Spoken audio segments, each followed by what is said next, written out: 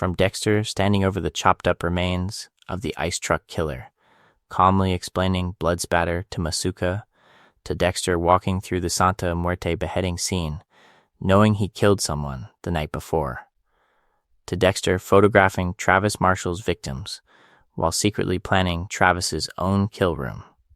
He is literally processing his own work, surrounded by detectives, surrounded by professionals.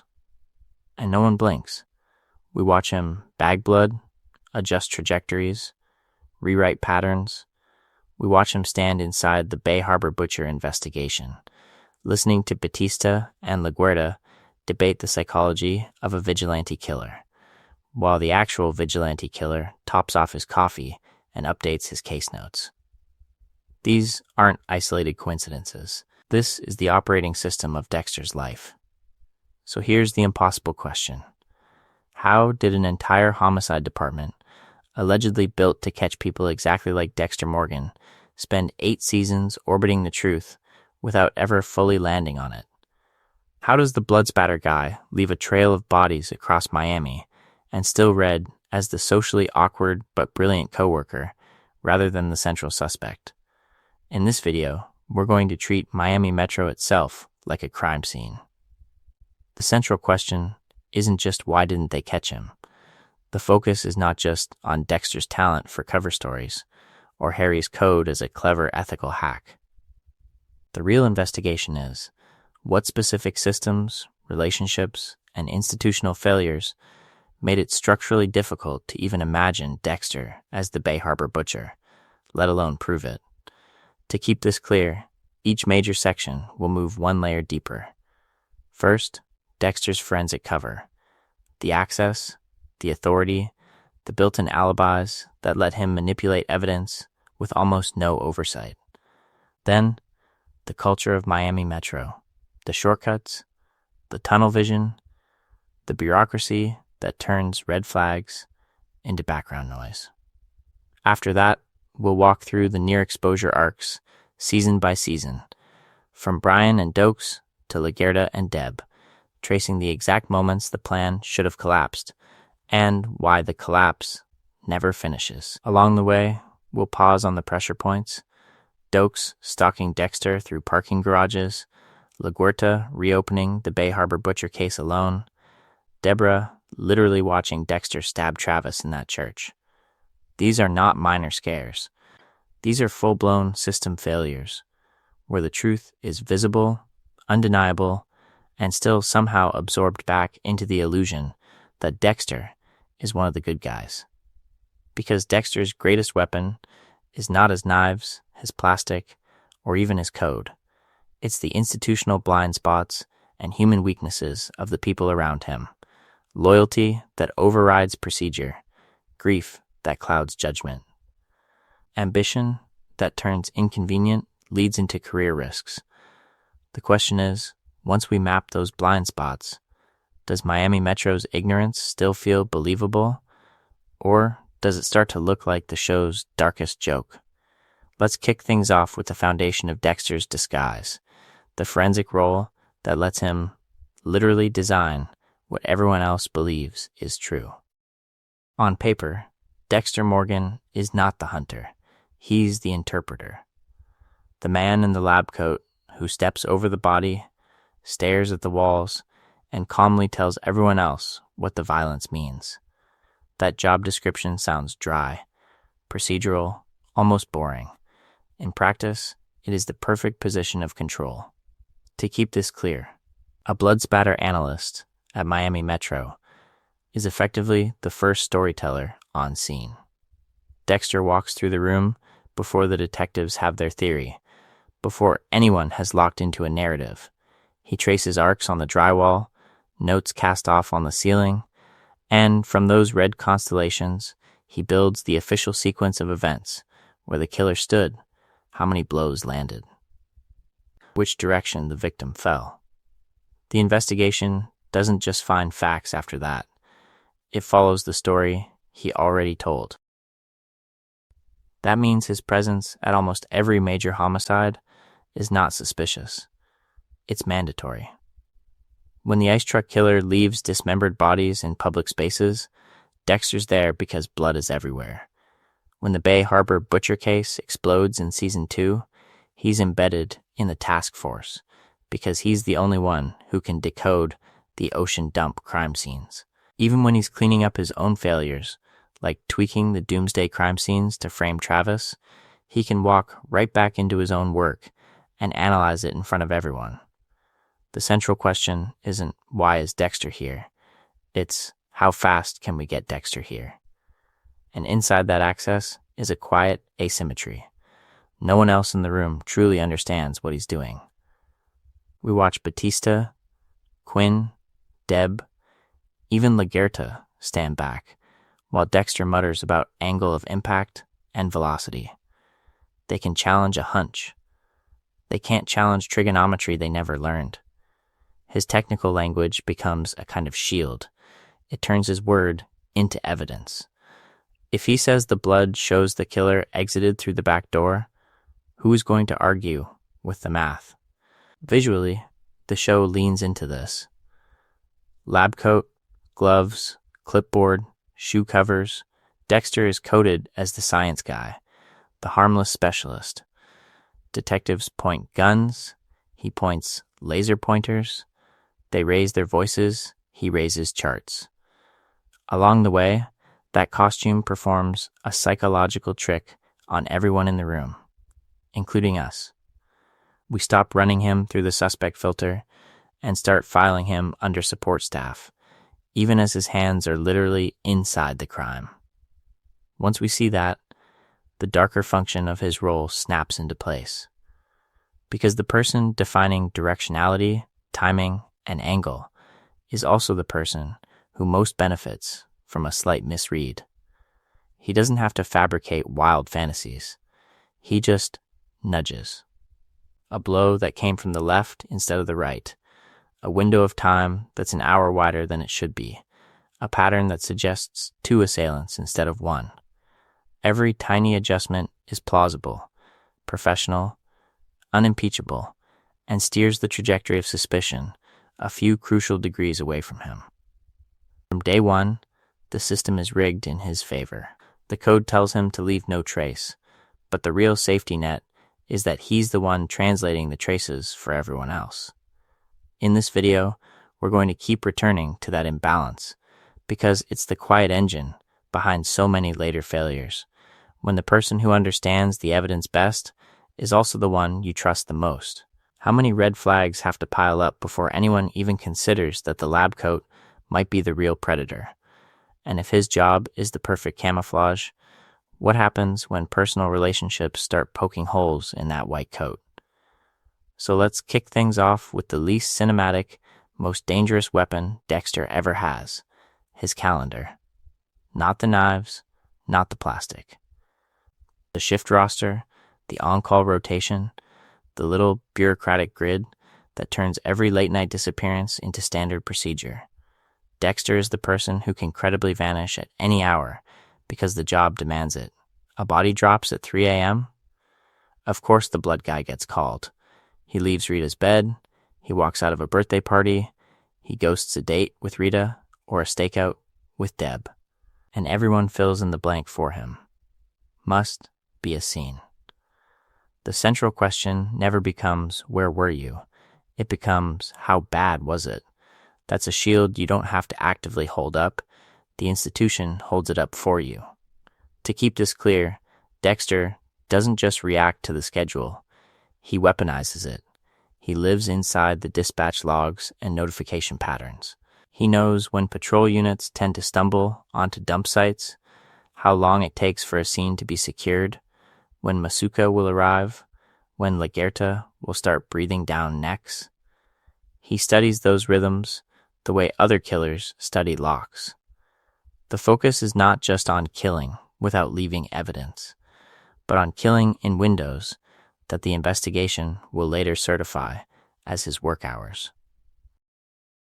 Think about the ice truck killer season.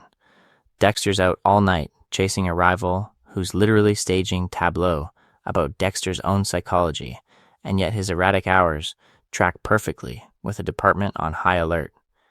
When he shows up late or looks exhausted, nobody thinks secret vigilante plan. They think overworked lab rat. The same pattern repeats when he slips away from Rita's family gatherings, or when he arrives weirdly calm to scenes that should rattle him. The calm becomes part of his brand. Dexter handles pressure. Dexter doesn't crack. And because he has access to case management systems, he's not guessing about timelines, he's calibrating them. He can see when a missing person file gets opened, when a search grid is expanded, when a body is likely to surface from the bay or a swamp. That's how he manages to be conveniently on hand for key discoveries, already briefed, already in control of the narrative before anyone else has even processed what they're looking at. This creates a double-layered alibi that's almost elegant. Coworkers can place him at scenes, in the lab, in the hallways. The official records back them up with timestamps and call logs he anticipated in advance. Even when he's orchestrated the timing himself, the paperwork reads like proof of innocence. Who questions the alibi that lives inside the system they trust? Along the way, Miami Metro's own exhaustion seals the deal. In a department stretched thin, nobody has the bandwidth to cross-check Dexter's every movement against every homicide, especially when he's the one doing that math for them. His plan works because the structure around him is already collapsing. And if the schedule and the software are this easy to bend, what happens when we zoom out to the wider dysfunction that lets a serial killer run the whole investigation from inside? When we zoom out, the pattern gets darker. Dexter isn't just slipping through a few cracks in the schedule. He's moving through an entire institution that's built to let someone like him disappear in plain sight. Miami Metro doesn't merely miss the monster. On some level, it manufactures the perfect conditions for him. Let's kick things off with the daily reality of that building. Stacks of open cases. Phones ringing, press conferences looming. From the pilot onward, Miami Metro is framed as a department drowning in bodies, paperwork, and political pressure. Homicides pile up, budgets don't. So rushed work becomes normal, shortcuts become policy, and good enough for the report quietly replaces, let's tear this apart until it breaks. In that environment, a blood spatter analyst who always delivers clean answers on time feels like a gift. Who wants to question the one part of the investigation that never delays the plan? To keep this clear, the focus is not just on individual incompetence, but on bureaucratic priorities that warp the entire trajectory of every case. Clearance rates matter. Media optics matter. The mayor's office breathing down Laguerta's neck matters. Whether the narrative is actually true, that can wait. We watch them rush to name the ice truck killer, rush to declare the Bay Harbor Butcher case closed, rush to brand Doomsday as a solved apocalypse. The central question inside the squad room is rarely, what are we missing? It's, can we safely say this is over before the next press conference? That's where tunnel vision becomes lethal.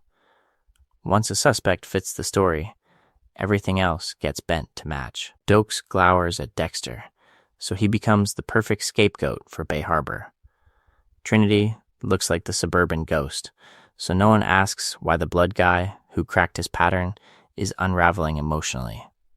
Evidence is filtered through the chosen narrative instead of the narrative being forced to answer to the evidence. How many times do we see them celebrate a quick arrest, only to get a new body that exposes the failure? Along the way, the informal culture does its own damage. Gallows humor in the bullpen, Batista's love life, Quinn's drinking, Deb's spiraling psychology. These people are traumatized, overworked, and exhausted. Entertaining the possibility that a serial killer is embedded in their inner circle isn't just frightening, it's emotionally unaffordable. It would mean every joke in the break room, every late-night stakeout, might have been standing shoulder-to-shoulder with the very collapse they're sworn to prevent. Dexter doesn't simply hide in these gaps. He thrives because the system is primed to accept the simplest, least disruptive explanation every time. A lost evidence slide is a lab error. A missing suspect is a border hop. A perfectly timed blood analysis is just professional excellence. Miami Metro becomes his unintentional accomplice. And if the institution is already this vulnerable to manipulation, what happens when the killings stop being abstract cases and start cutting directly into the lives of the people running the investigation? And that's exactly where the ice truck killer crashes into the story like a stress test. The investigation stops being theoretical. The killings stop being anonymous. Suddenly, there's a serial killer in Miami who is not just leaving bodies, but building a conversation. And Dexter is the one person who can read the language. We get those neatly drained corpses, the bloodless tableau, the chopped up Barbie dolls left in Dexter's freezer.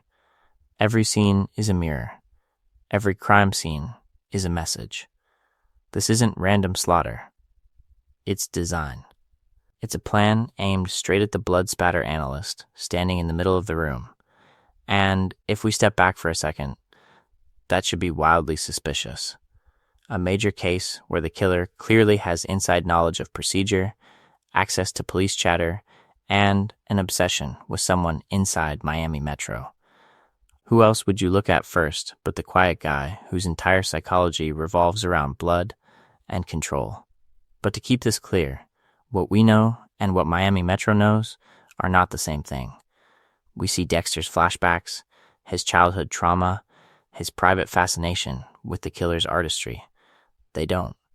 To them, those Barbie dolls are taunts to the department as a whole, not intimate callbacks to a boy dismembered in a shipping container. The focus is not just on the clues themselves, but on the missing context. No one knows Dexter was born in blood. No one knows he feels an almost aesthetic admiration for the ice truck killer's work. So, when he stares too long at a body or lingers over a pattern, it reads as professional curiosity. Not a serial killer recognizing a kindred spirit. And Dexter has spent years weaponizing that misread. He leans into the just a lab geek persona, awkward, detached, a little off, but in a way that makes him seem less capable of emotional entanglement, not more. The central question for everyone around him is, can Dexter handle social situations? Not, why is this killer speaking directly to him? We see the near misses. Dexter arriving at a scene and going quiet, almost reverent. Dokes clocking that look and snapping, "What's your problem, Morgan?" Deb noticing his odd calm even as the case devours her career. Short suspicion. Short confrontation. Then a longer rationalization. He's just weird. He's just focused. He's just good at his job. In this video, we're going to keep coming back to those tiny pivots where suspicion could have escalated and doesn't. With Ice Truck, the collapse is avoided because the narrative is successfully redirected. Once Rudy is unmasked as Brian and fixates on Deb, the department gets a comforting rewrite. The killer's obsession was about a vulnerable cop, not the blood guy in the background. Deb becomes the emotional center of the case file. Dexter remains the technician. The investigation closes, the bodies are cataloged, and the one person the killer truly designed the game around walks away as a witness, not a suspect. It's our first big leap of faith as viewers. If Miami Metro can miss that, what will they miss when the Bay Harbor Butcher investigation starts pointing directly at their own? And right on the heels of that first leap of faith, the show quietly drops a counterexample. The one person in Miami Metro who looks at Dexter and doesn't see a quirky genius. He sees a problem. Let's kick things off with Sergeant James Dokes, because he answers the central question before the Bay Harbor Butcher investigation even exists. What happens when someone's instincts actually work? From their very first scene together, Dokes doesn't need a profile, a code, or a task force. He just watches Dexter smile over dismembered bodies and feels the wrongness. No grief, no disgust, just clinical fascination and a little too much comfort standing in the splash zone. Where Masuka cracks jokes and Deb powers through on adrenaline, Dexter is unnervingly calm. And Dokes clocks it immediately. The disappearances from group events, the way Dexter drifts away whenever something violent is about to happen, the way he's always exactly where the blood is thickest, Dokes builds a mental case file long before he ever finds a piece of evidence. To keep this clear, Dokes isn't a genius investigator in the Sherlock sense. He's a soldier.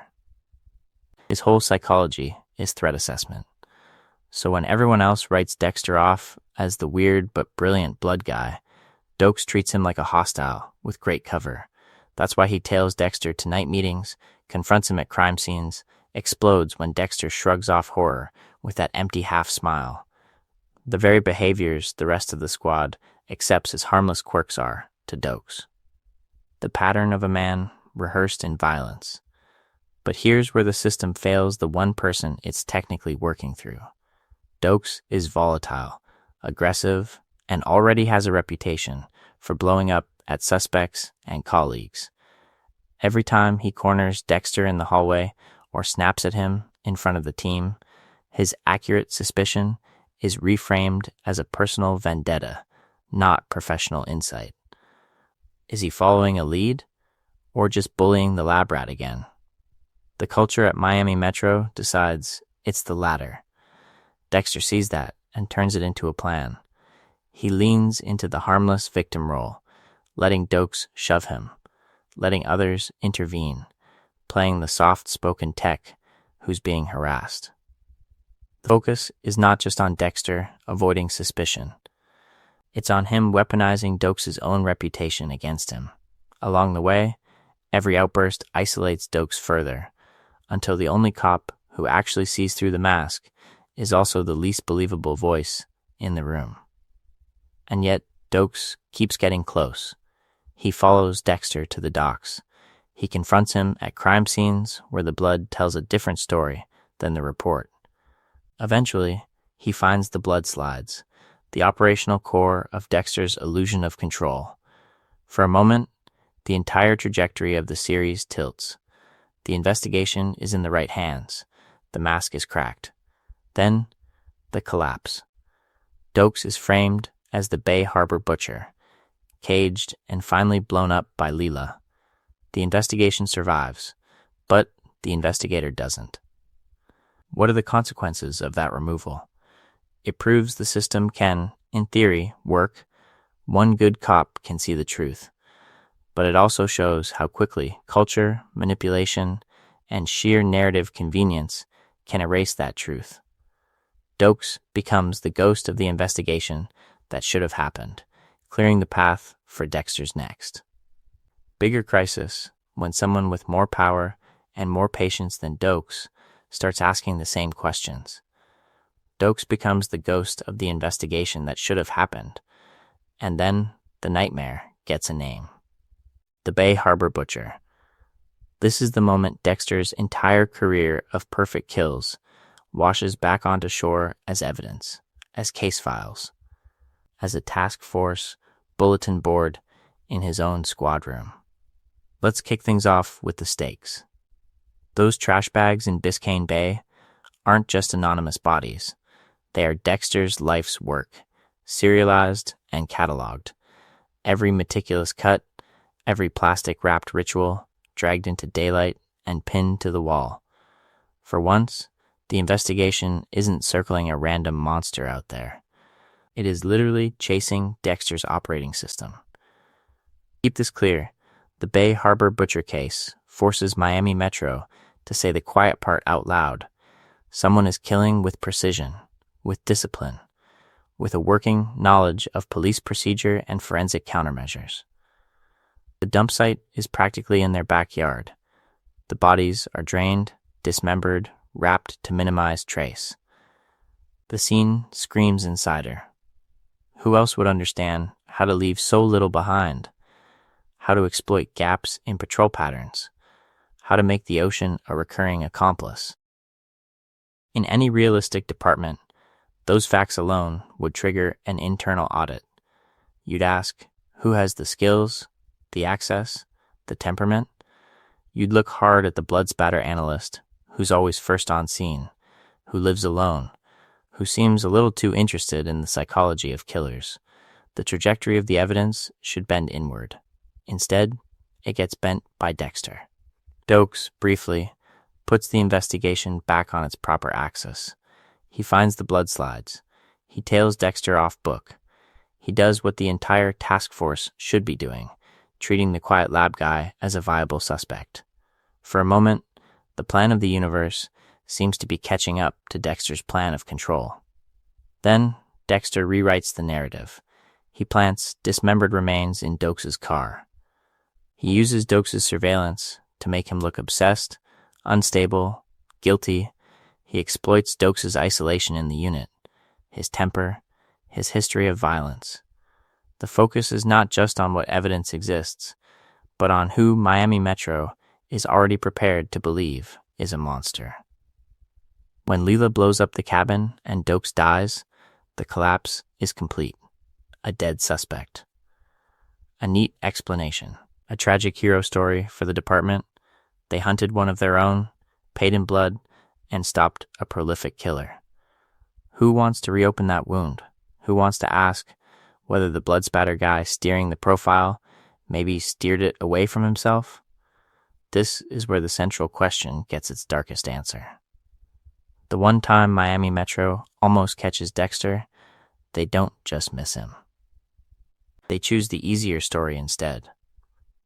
Institutional bias, exhaustion, and the need for closure turn a messy, insider-shaped pattern into a closed case file stamped Dokes. And along the way, the show quietly plants a seed for the next real threat, the one person in that building who cannot completely make herself believe that neat ending. La Guerta, she's the crack in the narrative that Dexter will spend a whole later season trying and failing to plaster over. La Guerta is the moment the Bay Harbor Butcher case refuses to stay buried. When everyone else in Miami Metro has accepted the narrative equilibrium, Dokes was the monster, Dexter helped catch him, she's the one person whose psychology won't quite let the story close. That quiet doubt we see post-Dokes is the system, almost against its will, trying one last time to correct itself. Let's kick things off with that shift. After Dokes dies and the case is solved, La Guerta doesn't launch a crusade. She files it away, but the edges never line up. His history as a cop, his lack of a real pattern with the victims. The way the investigation wrapped up right when public pressure peaked. Over the seasons, every new serial case she supervises throws the Bay Harbor Butcher back into relief. The central question for her becomes simple. If Dokes was that careful, why does his work look nothing like the killers they hunt every day? So she goes where nobody else wants to go, back into the files. Old crime scene photos, forensic reports with Dexter's name on the bottom, ocean dump sites that match his blood spatter analysis a little too perfectly. She starts with the assumption that Dokes was framed, then follows the anomalies. Why did the butcher's pattern stop the instant Dexter's friend Lila died in an explosion connected to Dokes? Why is Dexter physically adjacent to so many headline cases, from the ice truck fallout to doomsday? To keep this clear, La Guerta isn't guessing. She's building a circumstantial investigation from the same breadcrumbs we've been watching for seasons. Her rank as captain is a double-edged knife. On one hand, she has access, sealed evidence, internal logs, the political capital to quietly reopen a closed file. On the other hand, every move she makes is read through a career lens. Colleagues remember her ambition, her power plays, the way she navigated promotions. When she questions the Bay Harbor Butcher resolution, she's not seen as a conscientious investigator. She's seen as La Guerta being La Guerta. And Dexter exploits that. He doesn't just dodge her, he turns her own reputation into a weapon. He nudges Deb to see LaGuerta's renewed interest as a threat to Deb's promotion, to her control over the department. He plants doubts, deletes traces, nudges evidence so that LaGuerta's leads die on procedural technicalities. Along the way, every time she gets close, tracking the shipping container, connecting the marina, pulling Dexter's old boat records, Dexter is already there, anticipating, reframing, making her look like she's chasing ghosts. The tragedy is that LaGuerta is finally doing what a competent system should do. Re-examine a too neat story. Question a dead cop's convenient guilt.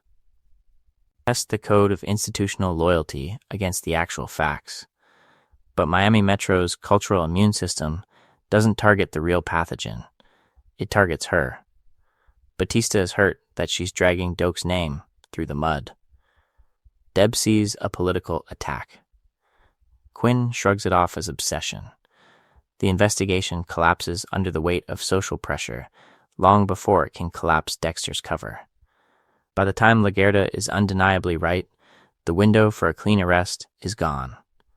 Dexter has maneuvered events so that the only way to stop him is off the books, in a shipping container, with Deborah Morgan holding a gun between her commanding officer and her brother. That's where this failed correction of the system feeds directly into Deb's defining moral collapse, the moment we'll turn to next, where Miami Metro's last honest mirror shatters, and Deb chooses which reflection has to die. Deb doesn't just walk into that shipping container as a lieutenant with a gun. She walks in as the final product of years of emotional conditioning, professional dependence, and a love so entangled with Dexter that it rewires what justice even means. Let's kick things off way before the gunshot. Early on, Deb's entire psychology is built around one fixed point. Dexter is the reliable one, the calm center, the big brother who held her through Harry's death, who listens when every boyfriend fails, who quietly solves cases with that blood-spattered genius nobody fully understands. From stakeouts to post-breakup meltdowns, he's the one person who never leaves. That's not just affection, that's infrastructure.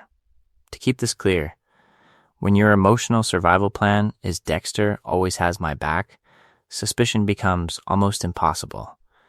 Any weird behavior, him disappearing at night, showing up at crime scenes with uncanny timing, spacing out when bodies show up, gets reinterpreted as stress, old trauma, or her own insecurity. The central question in her head is never, is Dexter dangerous? It's what's wrong with me for doubting the only person who's ever stayed. We see her brush the truth and recoil. When she walks into the church at the end of season 6 and sees Dexter stabbing Travis Marshall, the image is pure horror. Her brother on a kill table, the code made visible. But watch how fast her framing shifts. Within minutes, her instinct is not, I need to arrest him. It's, I need to understand him. I need to save him. Later, when she discovers his trophies, when she watches him wrap a body, every new revelation is forced through that same filter. If Dexter is a monster, then her entire life, her career, her identity as a cop who followed in Harry's footsteps, collapses, and while that internal war rages, her badge becomes his armor. From the moment she makes lieutenant, Deb is sitting at the center of every major investigation that could expose him. She steers conversations away from awkward coincidences, urges the team to prioritize other leads, and quietly kills momentum whenever a trail brushes too close to Dexter's patterns. At first, she's not consciously planning a cover-up, she's just protecting him, assuming there's a version of control where she can manage his darkness and still do her job. Once she fully knows, that fantasy implodes. Deb stops being just a cop or just a sister and becomes something far more unstable. Cop, accomplice, and self-appointed internal affairs for Dexter's soul. She drags him off kill rooms, forces him to justify targets, tries to weld Harry's code onto her own ethics as if she can retrofit morality onto serial murder. Why doesn't she turn him in? Because exposing Dexter means admitting that every case she ever solved with his help was contaminated, that Harry's legacy is a lie, and that she has already crossed too many lines to climb back onto the moral high ground. So Deb answers a different version of our guiding problem. It's not why didn't she catch him earlier. It's why, once she did, couldn't she let the system do its job? Her love doesn't just blind her. It actively replaces institutional oversight with a single, tormented gatekeeper who keeps failing to shut the door. And Deb isn't an outlier. She's the template. Because once we widen the frame to Rita, Batista, Quinn, and the rest, we start to see that romance, friendship, and workplace loyalty aren't side plots at all. They're the very structure that keeps Dexter invisible. The question is, how many people have to fall in love with a lie before the entire department forgets what the truth looks like? Rita is Dexter's most effective disguise, and she doesn't even know she's wearing it. From the pastel kitchen, to the kids' birthday parties, to that painfully awkward intimacy. She is the embodiment of his normal life plan. Suburban, gentle, wounded. When we watch Dexter folding laundry or fixing a leaky sink, the psychology of the show is clear. This is the version of him everyone in Miami Metro is trained to see. To keep this clear, Rita doesn't just soften Dexter's image. She reverses it. A man who chooses a traumatized single mom, who shows up for school plays, who stands in that backyard grilling with the neighbors, reads as healing and stable. The central question for most people around him is not, could he be dangerous? But how did this guy overcome such a dark childhood and become a good partner? That narrative becomes a shield no background check can penetrate. Once Dexter becomes a father, that shield hardens into armor. A devoted dad walking Astor to the car or rocking Harrison to sleep is a character reference that outperforms any internal investigation. Batista doesn't see a potential predator. He sees the quiet coworker who rushes from a crime scene because his baby has a fever. Deb doesn't see mounting absences. She sees a brother trying to balance the job with diapers and mortgages. Family man status doesn't just hide red flags. It reframes them as growing pains. Quinn is where we watch that reframing happen in real time. He has flashes of real suspicion, following Dexter's money trail after Rita's death, digging into Liddy's surveillance, noticing how bodies seem to orbit this one analyst. But Quinn is compromised. He's sleeping with Deb, he's drinking too much, and he's already bent rules for cash and informants. Along the way, every personal entanglement blunts his instincts.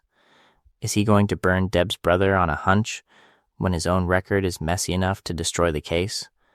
When Liddy dies, Quinn lets the whole trajectory just drop. Emotional chaos becomes the perfect excuse for procedural failure. Batista is the inverse, all heart, minimal suspicion. He sees Dexter as a reliable constant in a chaotic department. They share quiet moments over case files, trade war stories in the bullpen, celebrate promotions. Each major section of their working life together adds another layer of trust. For Batista, turning that trust into an accusation would feel like betrayal, not duty. So when Dexter vanishes from scenes, shows up late, or offers oddly convenient insights, those are interpreted as quirks of a dedicated tech, not evidence of a double life. This is where Miami Metro's workplace romances and friendships become operational security. People who get you through the job, who hold you after a brutal season, become almost immune to suspicion.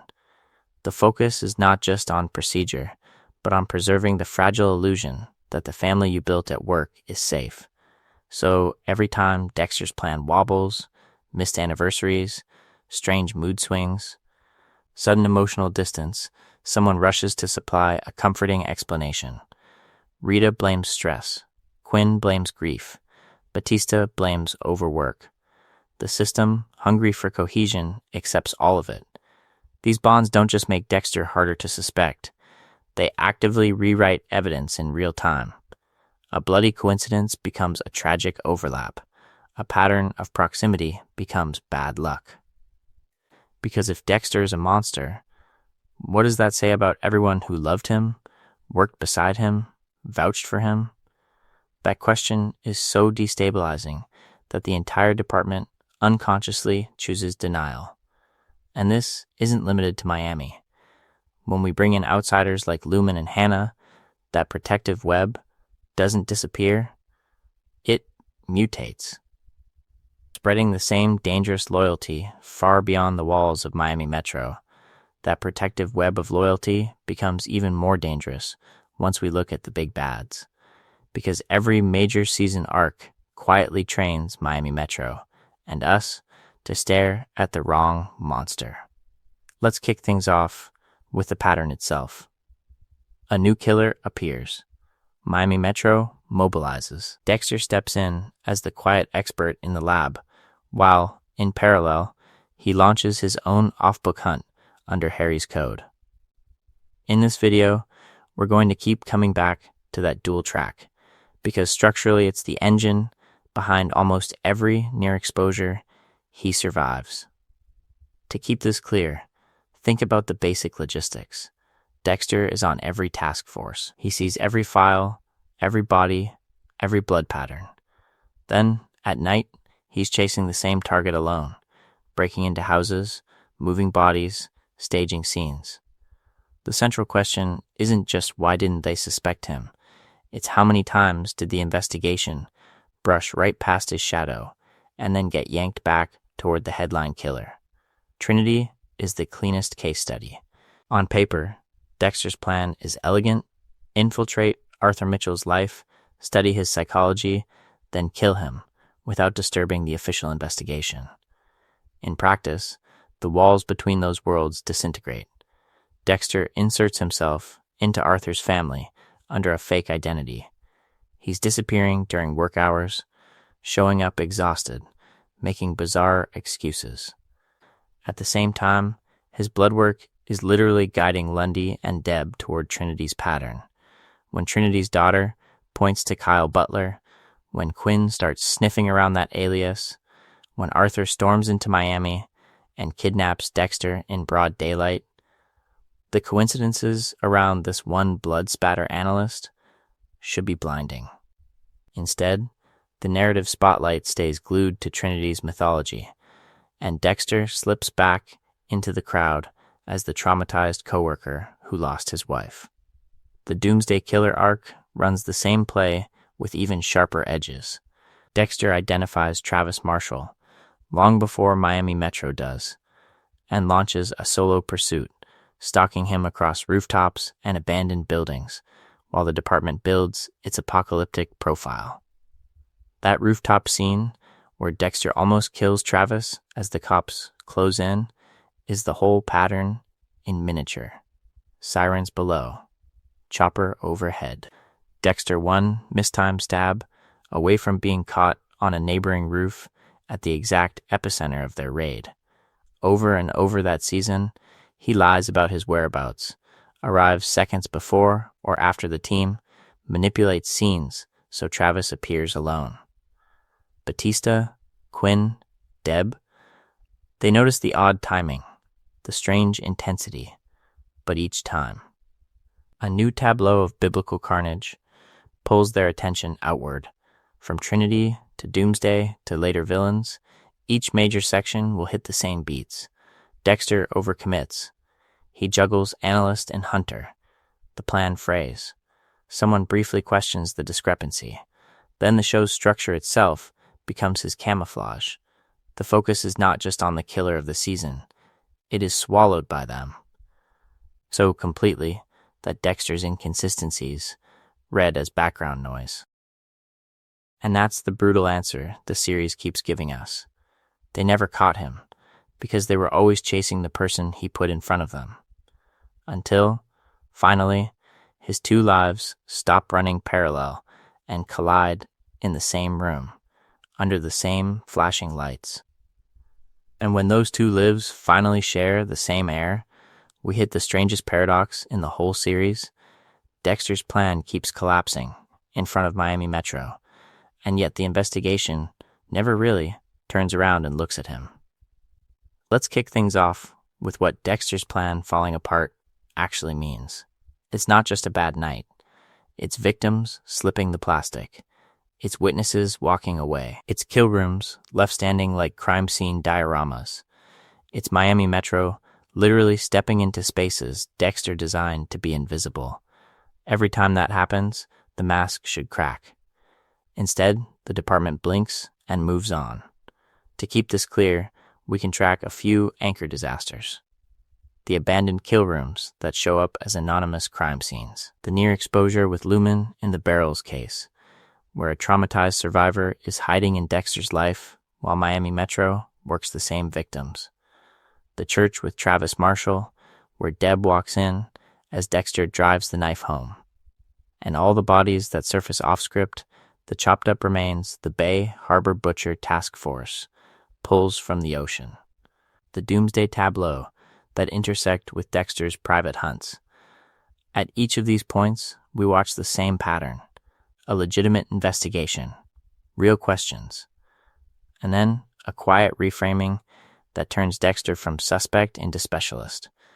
When a kill room is found, the blood spatter guy just happens to be right there to interpret the scene. When Lumen appears, she's folded into the narrative as a victim of Jordan Chase, not as the partner of a serial killer who works in the building. In the church, Deb's shock is immediately redirected toward the extremity of Travis's crimes and the psychology of her own denial, rather than the long-term pattern that would implicate Dexter. Chaos actually works in his favor. The more politically sensitive the case, the more pressure there is to contain it quickly. The Bay Harbor Butcher investigation leans on Dexter's own profile work to steer suspicion onto Dokes. The Doomsday case is so spectacular and media-driven that internal scrutiny feels like a distraction. Who has time to audit the blood guy when the mayor wants answers by the evening news? And Dexter leans into that. In this video, we're going to keep returning to this performance, the helpful expert under pressure. He volunteers for extra processing, he offers plausible theories, he solves problems no one else can solve. The focus is not just on his control over the kill, but on his control over the narrative that follows, using competence as camouflage. If we stack these failures into a quick montage, the absurdity spikes. A victim escapes. A body washes up wrong. A kill room is discovered. Deb sees the church. Lagerta reopens Bay Harbor. Quinn circles the truth. Each major section will look catastrophic from the outside. Inside the show, they're treated as isolated anomalies, sealed off by compartmentalization. The central question becomes unavoidable. How can so many red flags never cohere into a case? The answer pushes us past Miami Metro, toward the writing room, and that's where we're heading next. Once we step into the writing room, one thing becomes brutally clear. Dexter survives, because the story needs him to. The show is called Dexter, not Miami Metro, Special Victims of HR. The central question, at a meta level, is not why didn't they catch him, but how do you sustain 8 seasons of tension without collapsing the premise on itself? That necessity bleeds into the smallest beats. A detective doesn't ask the follow-up. A lab tech doesn't double-check a log. A traffic cam that should exist simply doesn't. Again and again, investigations stall one clue short of Dexter. Dokes finds the blood slides, but we get a cabin explosion and a convenient corpse. Lagerta rebuilds the Bay Harbor Butcher case, yet she works alone, off-book, so no one else inherits her suspicions when she dies. These aren't just in-universe failures. They're structural decisions about where the camera is allowed to look. In this video, we're going to sit in that gap between what competent cops might do and what TV cops are allowed to do when the killer is the protagonist. To keep this clear, the focus is not just on the big swings, Bay Harbor, Doomsday, New Blood, but on how scene-level choices protect Dexter's illusion of control. A misplaced file here, a misread autopsy there, and the whole trajectory of the season tilts away from exposure. Genre expectations do a lot of quiet work. This is an anti-hero procedural. We're aligned with the predator, not the institution hunting him. Miami Metro is framed less as a serious adversary and more as a familiar backdrop. The bullpen banter, Batista's hats, Masuka's bad jokes. When the squad is essentially the supporting cast in Dexter's psychology drama, their investigative failures read as background noise rather than system-wide collapse. We're not trained to ask, why didn't they audit the blood spatter guy who's at every major crime scene? We're trained to ask, will Dexter get away with it this week? The show even builds diegetic excuses to smooth over these shortcuts. Budget cuts, jurisdictional turf wars, FBI interference, endless paperwork, bureaucracy becomes a narrative shield. When Dexter manipulates blood patterns or deletes a file, there's never an internal audit, just a passing line about being swamped or understaffed. Deb makes lieutenant while actively covering up murders. That's not a realistic promotion arc. It's the code of the series saying, relax, the institution will not meaningfully bite back. And then there's the naked plot armor. The wrong person opens the wrong door at the right time. Quinn drops his suspicions because he falls in love with Deb. Evidence that should trigger a task force instead becomes a private hunch, destined to die with its owner. When the writing leans on luck or character inconsistency, the tone asks us to accept it as part of a heightened, almost comic book reality where the monster can walk among us indefinitely. So, Miami Metro's incompetence isn't a documentary claim about real policing. It's a narrative device, a deliberate dulling of institutional teeth so the story's central predator can keep circling his prey. But that raises a deeper problem. If the system keeps failing on purpose, what does that failure cost the story and the people trapped inside it? That's where we're heading next, away from plot mechanics, into the moral bill that Dexter's survival sends to everyone around him. If Miami Metro's failures are a narrative device, then we're not just observers of that failure. We're participants. There's a silent deal running under every investigation, every near miss, every time Dexter walks out of the precinct unchallenged. We know this shouldn't work. We keep watching anyway. Let's kick things off by naming that deal.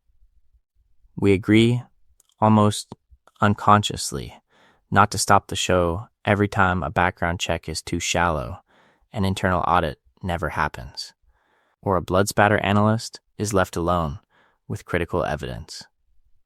In exchange, the series promises us something more intoxicating than airtight procedure, direct access to Dexter's psychology, a front row seat to the collapse of his control, and an emotional intimacy with a serial killer that would be impossible in a realistic investigation. To keep this clear, think about what we're being asked to accept. A serial killer works inside homicide for years. Only a handful of people ever truly suspect him. Institutional checks fail at the exact moments they would have caught him. Dokes dies just as his instincts harden into proof. The Bay Harbor Butcher Task Force uses Dexter's own profile to frame someone else. LaGuerta's off-book investigation is dismissed as obsession until it's too late. This is not plausible oversight. It's curated blindness. So why do we go along with it? Because the show compensates, aggressively. From the first season, the focus is not just on the crimes, but on Dexter's internal monologue, his code, his constant recalculations as each plan frays at the edges. We're pulled into his moral dilemmas with Rita, with Lumen, with Harrison, until the question, would Miami Metro actually miss this? Quietly slides behind, what will this do to Dexter's already cracking sense of self? Along the way, we become complicit in the same selective vision that infects the precinct. We root for Dexter to outsmart the investigation instead of for the investigation to work. We want Deb to look away in the church. We want Quinn to drop the blood test. We choose the more interesting story over the more plausible one, just like Batista choosing friendship over suspicion. Or LaGuerta choosing politics over confronting Harry's golden boy for 6 whole seasons. But the series does not let that complicity stay abstract. It punishes it. Rita's death is the bill for every time we cheered Dexter's escape in earlier seasons. Deb's breakdown, her corruption as lieutenant, LaGuerta's body on the shipping container floor. Each is a consequence of the fantasy of invisibility holding just a little longer than it should. Every time Dexter slips away, someone else pays. So the central question, under all the will he get caught? Tension becomes this: how long can this shared fantasy last before reality crashes in? Not just for Dexter, but for us, and for Miami Metro as an institution built to see what it keeps missing. In the next section, we're going to lean into that reframing and read the department not as a room full of idiots, but as a tragic ensemble trapped in a story that keeps them half blind, until the consequences finally force their eyes open. So when we call Miami Metro blind, what are we actually saying? Up to this point, we've been circling 3 layers of the same problem, 3 angles on the same investigation that never quite closes. On the surface, there's Dexter's forensic armor, the blood spatter analyst with a perfect attendance record at every major crime scene, the guy who writes the reports, adjusts the trajectories, deletes the stray file. From Bay Harbor Butcher to Doomsday, his plan is simple: stand in the middle of the investigation so no one thinks to investigate him. And for a long time, that works. Underneath that, we have Miami Metro's own culture. The blind spots baked into the institution, overworked detectives, political pressure, a chain of command that rewards quick clearance over uncomfortable questions. To keep this clear, the failure isn't that they never suspect anyone, it's that they almost never suspect the person who fits too neatly, who helps too much, who makes the whole system feel in control. And then, beneath both of those, there's the rigged story we're watching, the meta-narrative that needs Dexter uncaught so the show can keep going. In this video, we're going to keep pointing back to that. The camera lives in Dexter's head. The voiceover tells us his psychology is the truth, and everyone else is framed as supporting cast in his trajectory. Once the story picks a protagonist, the world quietly rearranges to protect him. That's why calling Miami Metro simply incompetent misses the point. Most of what we see are ordinary human biases doing exactly what they do in real life. They trust the coworker who brings donuts. They deny what would blow up their own careers. They're exhausted, grieving, distracted. Every time Dexter's plan frays, what saves him isn't just improvisational genius. It's the predictable impulse to choose the least disruptive explanation. Look at the pattern. Dokes feels the wrongness first, stalks Dexter on pure instinct, and gets isolated as the angry problem instead of the one cop asking the central question. LaGuerta reopens Bay Harbor, assembles a real circumstantial case, and is pulled under by politics and personal history before she can force the department to look. Deb literally walks in on Dexter mid-kill and spends an entire season trying to bend reality, procedure, and her own ethics so that her brother can still be the person she needs him to be. Quinn senses the offness, pushes at Dexter around Rita's death, then backs off when it threatens his standing and his relationship with Deb. Batista floats near the truth through LaGuerta, but the narrative uses his loyalty, his desire for stability, to keep him from tearing the place apart. Again and again, they brush the edge of revelation, then snap back into orbit. Along the way, the show trains us to do the same thing. We watch Dexter tamper with evidence and still accept him as the one man keeping chaos in check. We see the failures, then file them as isolated incidents instead of an institutional collapse. So where does that leave the rest of this essay? Each major section will drill into those near misses in detail. The ice truck investigation, Bay Harbor, Trinity, Doomsday, New Blood. We'll track the exact moments the illusion almost shatters and ask not just why they let Dexter go, but why we do. Because if a fictional department can be this vulnerable to narrative gravity, how confident are we that our own blind spots are any smaller? But let's kick things off with the moment Dexter's mask should have shattered on impact.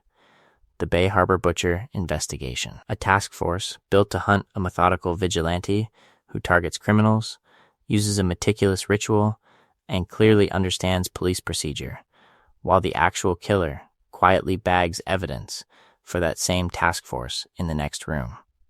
If the whole series is a stress test of Dexter's illusion of control, Bay Harbor is the lab setting turned up to 11. The killer dumps bodies in weighted garbage bags in the exact ocean Dexter uses. He selects targets that mirror Miami Metro's own failure list. He dismembers with surgical consistency, then leaves almost no trace. On paper, this is not some chaotic spree killer. This is someone with a plan, a code, and an intimate grasp of how investigations really work. Enter Frank Lundy, the one adult in the room. His profile of the butcher is almost a character sheet for Dexter. Organized, patient, forensically aware, likely working in or around law enforcement. He stresses that the killer is comfortable at crime scenes, understands evidence disposal, and anticipates what cops will look for before they even arrive. The central question becomes obvious. In a building full of cops, how do you not look twice at the blood spatter analyst who's present at nearly every major scene and spends his days reconstructing violent rituals? To keep this clear, think through the investigative steps that never happen. No one cross-references who has the broadest access to case files on every victim the butcher targets. No one audits who knows the exact ocean dump sites that keep popping on sonar.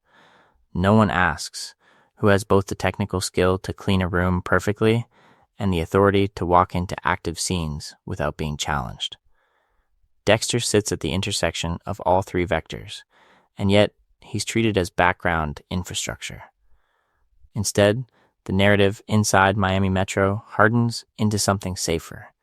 The butcher as a monster out there. A shadow in the Everglades.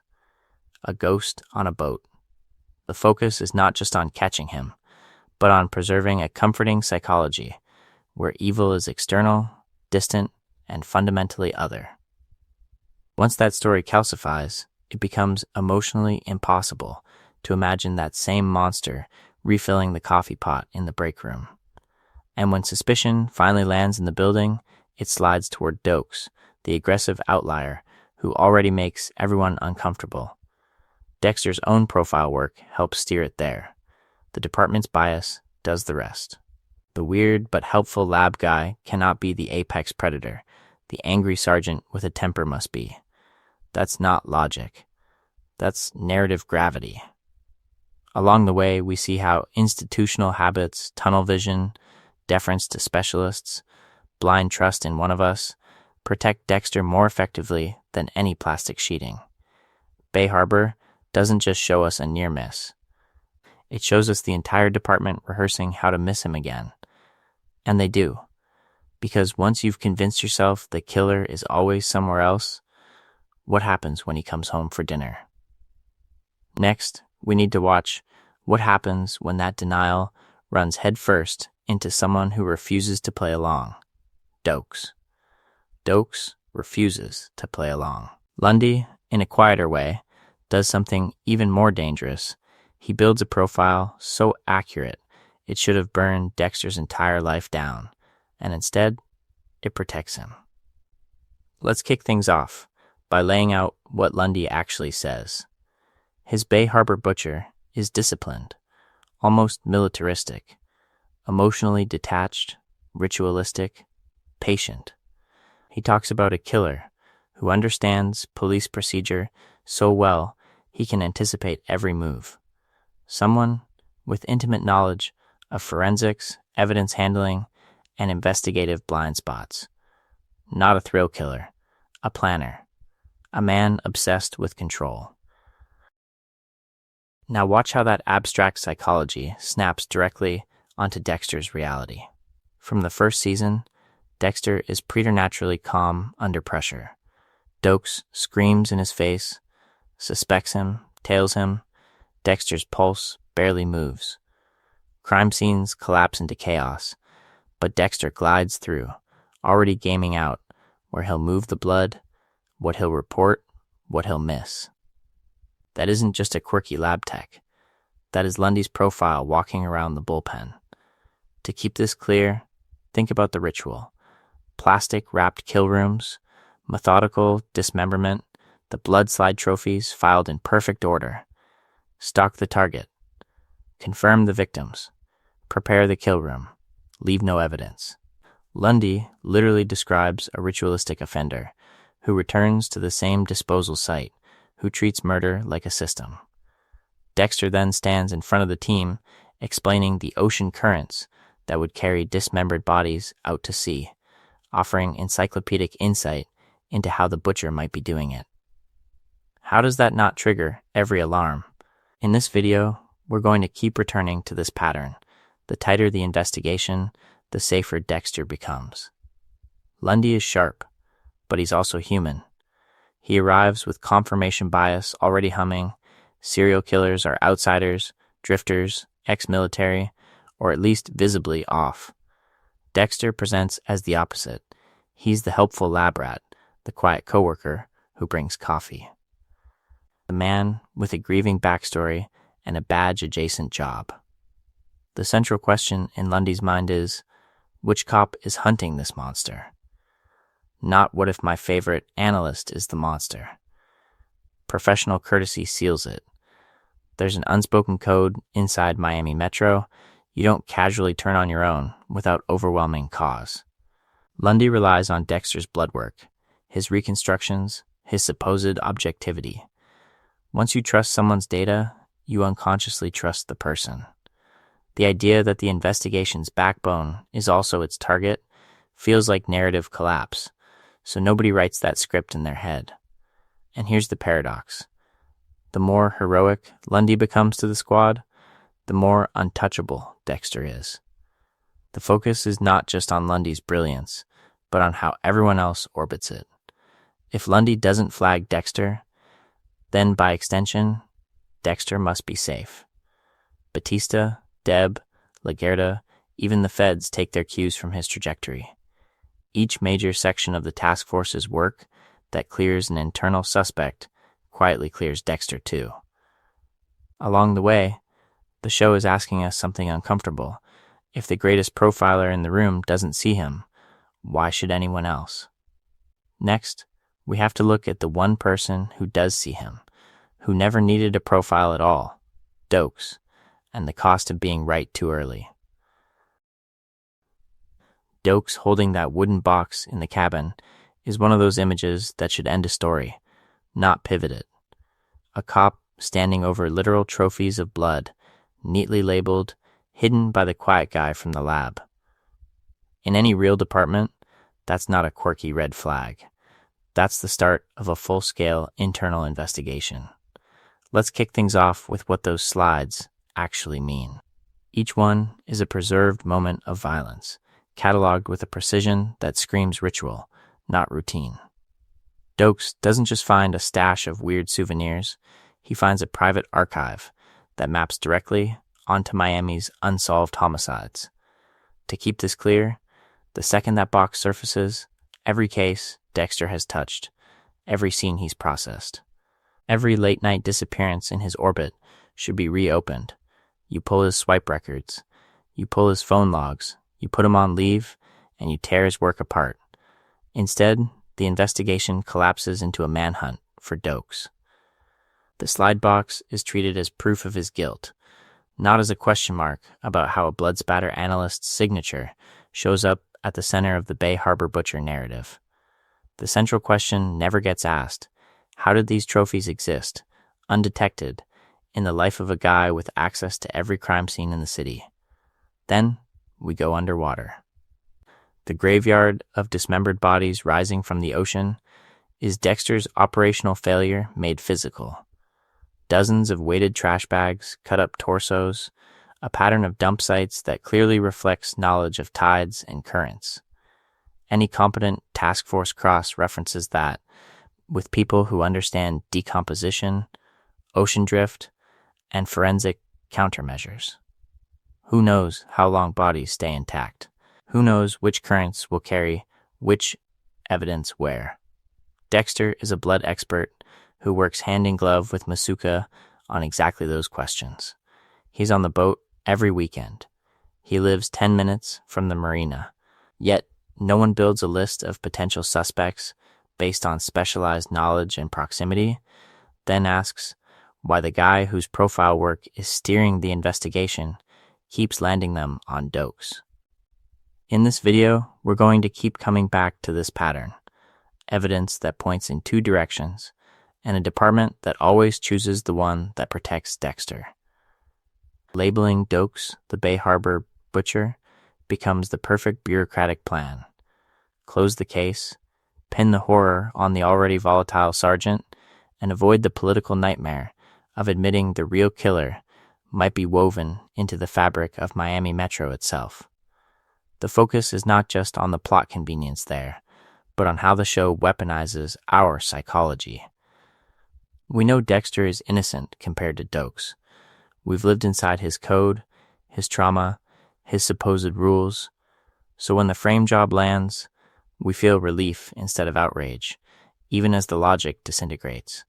Those slides in the cabin, those bodies in the bay, that vivid failure montage of clues floating, literally in front of Miami Metro, all pointing toward their favorite analyst.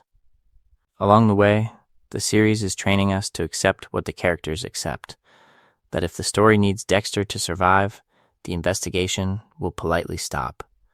Next, we have to watch what happens when one person refuses to stop, when LaGuerta reopens Bay Harbor and the cost of protecting Dexter finally comes due, if LaGuerta is the late-game investigator who reopens the file. Dokes is the control case the show gives us from day one. He's what it looks like when a cop's instincts actually work around Dexter, and the way the narrative deals with him tells us everything about why nobody else at Miami Metro ever really wants to see what he sees. Let's kick things off with that first, almost animal reaction. From the pilot on, Dokes clocks Dexter's emotional flatness and doesn't do what everyone else does. He doesn't read it as quirky. He doesn't let the charm offensive land. While Masuka jokes and Deb gushes about how brilliant Dexter is, Dokes just stares, that hard, assessing stare, and says the quiet part out loud: "I don't like you." No evidence, no crime.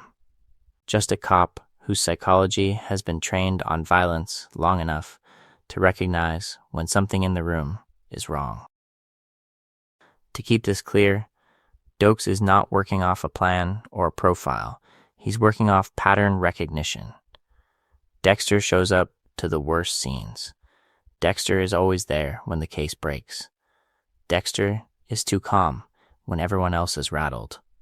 Where the rest of the department uses those traits to rationalize Dexter as a useful tool, Dokes treats them as red flags that demand pressure, surveillance, confrontation, and the show immediately frames that pressure as the problem, not Dexter. In this video, we're going to keep coming back to this move, turning legitimate suspicion into a social issue. Dokes follows Dexter, questions his timesheets, calls him out in front of the squad. Instead of asking, "Why does our blood guy attract a homicide sergeant's full-time attention?" The department asks, "Why is Dokes harassing our favorite analyst? His aggression, his temper, his history in special ops all get recoded as personal vendetta.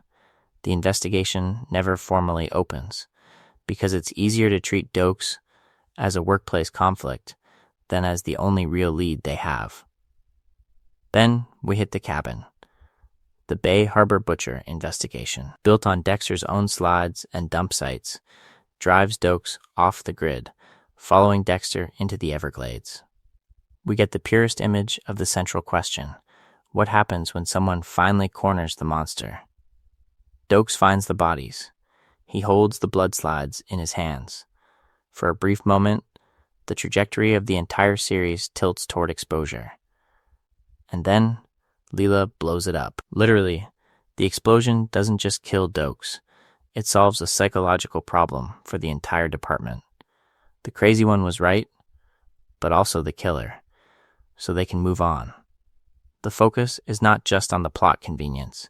It's on the way everyone seizes that narrative to repair their own sense of control. Of course, the angry, unstable sergeant was the butcher. Of course, the helpful analyst was just unlucky. Any other reading would mean admitting they ignored the same clues Dokes died chasing. Once that happens, the social cost of suspecting Dexter skyrockets. Who wants to be the next Dokes? The next cop painted as obsessive, insubordinate, and ultimately monstrous. Along the way, the show quietly teaches us that speaking out against Dexter doesn't just fail, it gets you erased. And if Dokes had lived, if he'd dragged Dexter out of that cabin in cuffs instead of leaving in a body bag, the entire illusion of Miami Metro's competence collapses overnight. In the next section, we have to look at how the series tiptoes right up to that edge, again with Quinn. And then backs away at the last second, and that brings us to the investigation that never really happened. After the Bay Harbor Butcher scandal, Miami Metro should have gone into full institutional panic. A decorated sergeant exposed as a serial killer, bodies tied to cases the department touched, in any real department. That's the kind of failure that triggers a second investigation aimed inward. Internal affairs. External review boards. Quiet memos that say every major case Dokes ever touched is getting pulled and rechecked. To keep this clear, think about what standard procedure actually looks like after a collapse that big. You audit old files. You rerun forensics on key homicides. You look for patterns, anomalies, unexplained gaps in the chain of evidence. Every blood report, every lab result that propped up the original narrative gets put back under the microscope. And who sits at the center of that web? The blood spatter analyst whose work product underpinned half the high-profile convictions in the building. Dexter should have been living in a permanent performance review. His slides, his written analyses, the scenes where he helpfully arrived first or stayed late, all of it should have been cross-referenced. Once the department learned a supposed hero had been moonlighting as a butcher. At minimum, someone in IA asks, why did the same analyst keep ending up adjacent to marquee monsters like the ice truck killer and the Bay Harbor Butcher? Why does his evidence always lock the story into place so neatly? Instead, we watch the opposite plan unfold. The department pins everything on Dokes, exhales, and moves on. No sweeping IA interviews on screen, no task force re-examining Dexter's caseload. The focus is not just on clearing Dokes' name, it's on preserving the illusion that the system basically worked. They caught their monster, even if it was one of their own. The bigger the scandal, the less anyone wants to keep looking, because more questions only mean more collateral damage to careers, reputations, and the fragile sense of control. This is where the psychology of the institution mirrors Dexter's own. He survives by not revisiting his past kills too closely. Miami Metro survives by not revisiting its past investigations too closely. Both cling to a code of silence masquerading as closure, and narratively, that silence is incredibly convenient. In this video, we're going to keep coming back to these missing procedures, because a real IA sweep after Season 2 would have shredded Dexter's cover and ended the show's trajectory on the spot. So the series quietly writes an exhausted department. Too tired, too relieved, too embarrassed to look inward. No one wants to be the detective who proves Bay Harbor was bigger than Dokes. No captain wants to admit that the lab they rely on might be compromised at its core. Along the way, the metalogic is simple. As long as the institution refuses to investigate itself, Dexter's illusion of control can stagger forward into the next season. But that refusal can't hold forever. If Dokes was the honest cop who died for asking questions, Quinn becomes the compromised cop who almost asks them. In the next section, we have to watch how the show flirts with an actual internal reckoning through Quinn's suspicions, then pulls back before the entire department, and the premise finally implodes. Quinn's half-hearted suspicion fades, and for a while the show lets us believe the danger has passed.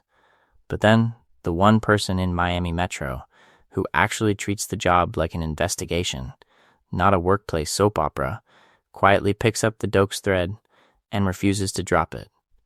Lagerta doesn't start with a grand theory. She starts with an inconsistency.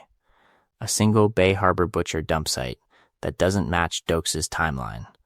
A body that surfaces after Dokes is already dead. From that concrete crack in the narrative, she does what any competent cop should have done seasons earlier. She reopens the file. No fanfare. No big speech. Just a folder on her desk that will, eventually, drag Dexter's illusion of control to the brink of collapse. To keep this clear, Lagerta's plan is methodical, where everyone else's is emotional. She revisits old case files. She pulls crime scene photos we've already seen and looks at them with fresh eyes. She walks the old dump sites, reconstructing the trajectory of the butcher's kills. And along the way, a pattern emerges that the show has been waving in front of us since Season 2. Dexter is always there. At the marina. At the crime scenes.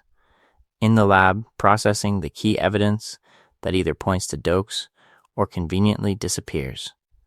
We watch a kind of escalating investigation montage play out. Lagerta cross-references logs, pulls visitor badges, checks GPS hits. She notices Dexter's boat, the slice of life, positioned again and again near disposal locations. She replays the Bay Harbor Task Force briefings and realizes the profile work that cleared Dexter was written by Dexter. The central question stops being, was Dokes framed? And becomes much more dangerous. Who in this building had the access, the time, and the psychological distance to manufacture an entire serial killer? The turning point is almost quiet. A tray of blood slides. A memory of Dokes insisting Dexter was a creep who loved his trophies. Lagerta connects the blood slide pattern to Dexter's job in a single leap. He is the one person with unlimited forensic access, the one person who can take, alter, or plant microscopic evidence without raising a flag. If he wanted to frame Dokes, if he wanted to erase his own mistakes, he could do it in plain sight. That realization is the first truly realistic internal collapse of the show's fantasy of procedural competence. But notice how the series protects Dexter, even here. In this video, we're going to keep pointing out how the focus is not just on what characters see, but on what they're allowed to admit. Inside Miami Metro, Lagerta's investigation is instantly reframed as politics and obsession. Batista hears you're attacking my dead friend.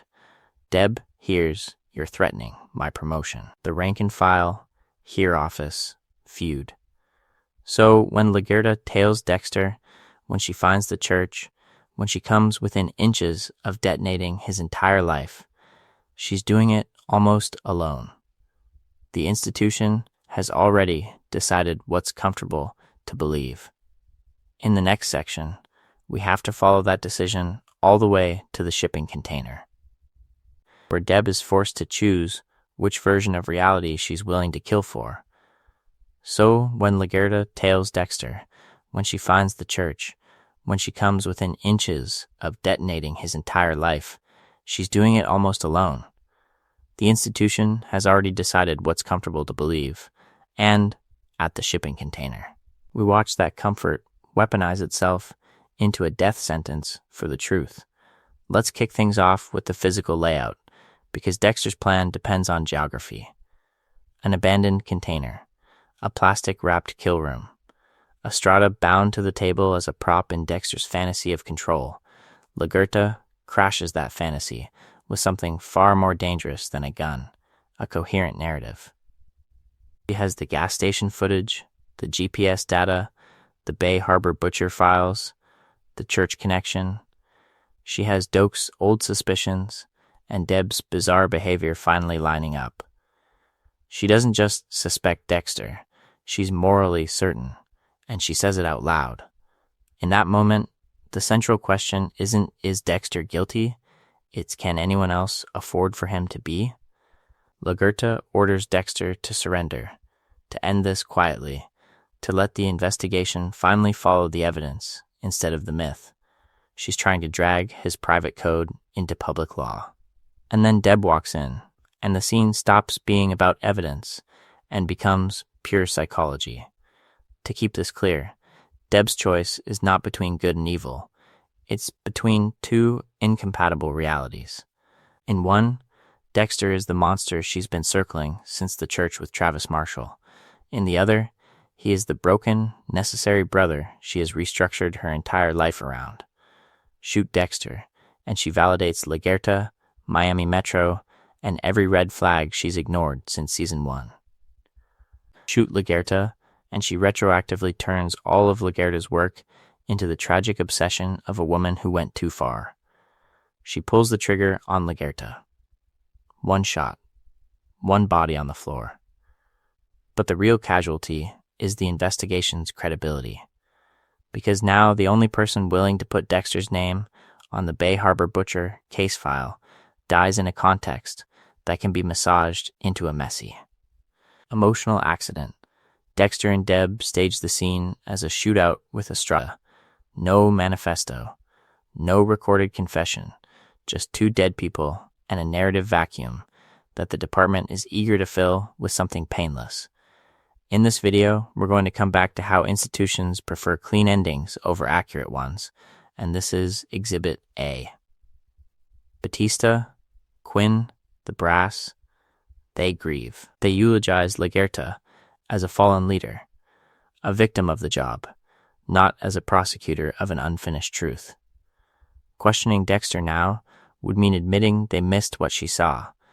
It would mean opening her files, reopening her doubts, reopening their own. So they don't.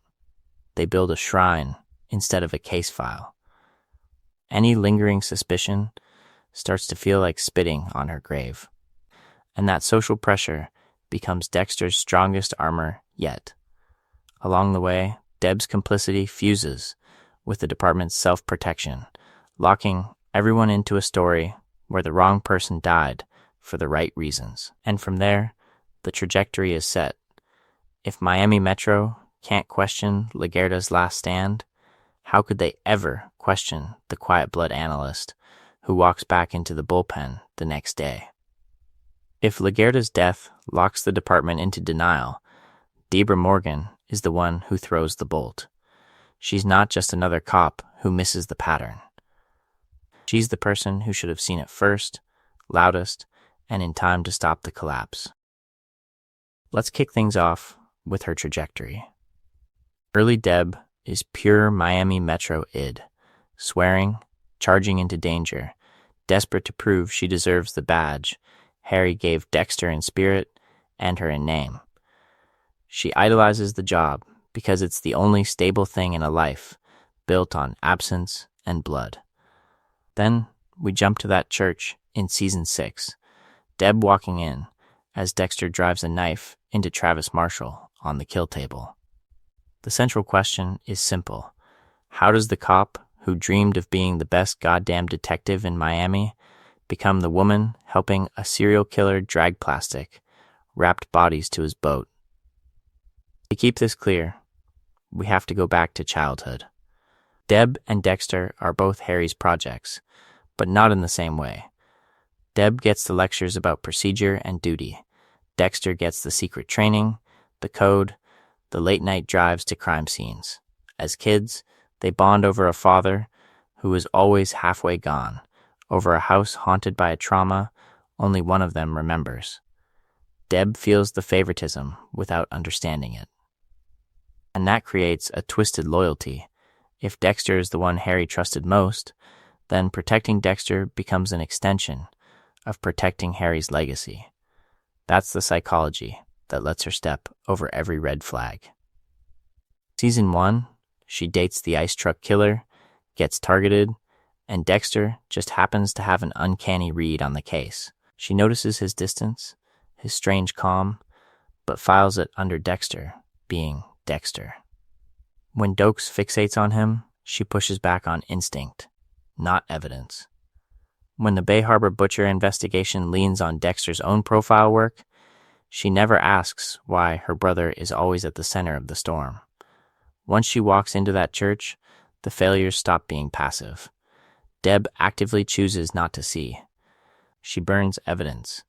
She accepts his story that the code keeps things under control. She watches him kill LaGuerta and then helps stage the scene to save him.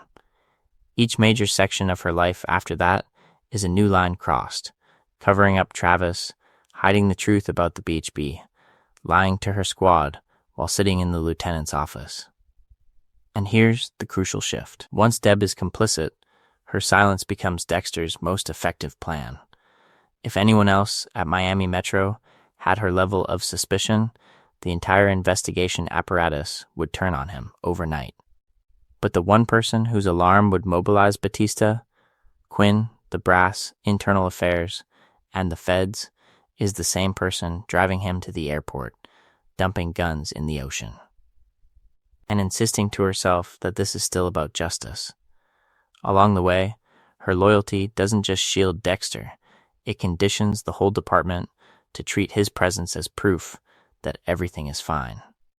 Which raises the next problem we have to confront. If Deb's blind spot is emotional, what's everyone else's excuse? How does an entire squad of trained investigators miss the pattern standing in their own lab? Their excuse, most of the time, is that Dexter never looks like the monster in their training slides. He looks like the guy holding a diaper bag at a crime scene. The paradox is brutal. The more he leans into love, the more dangerous he becomes. Because every relationship is another layer of camouflage wrapped around a very real body count. Let's kick things off with Rita, because she's the foundation of that illusion. On paper, she is everything that breaks the profile of a predatory loner. A gentle, traumatized single mom, barely holding it together after abuse, clinging to a man who appears endlessly patient and non-sexual.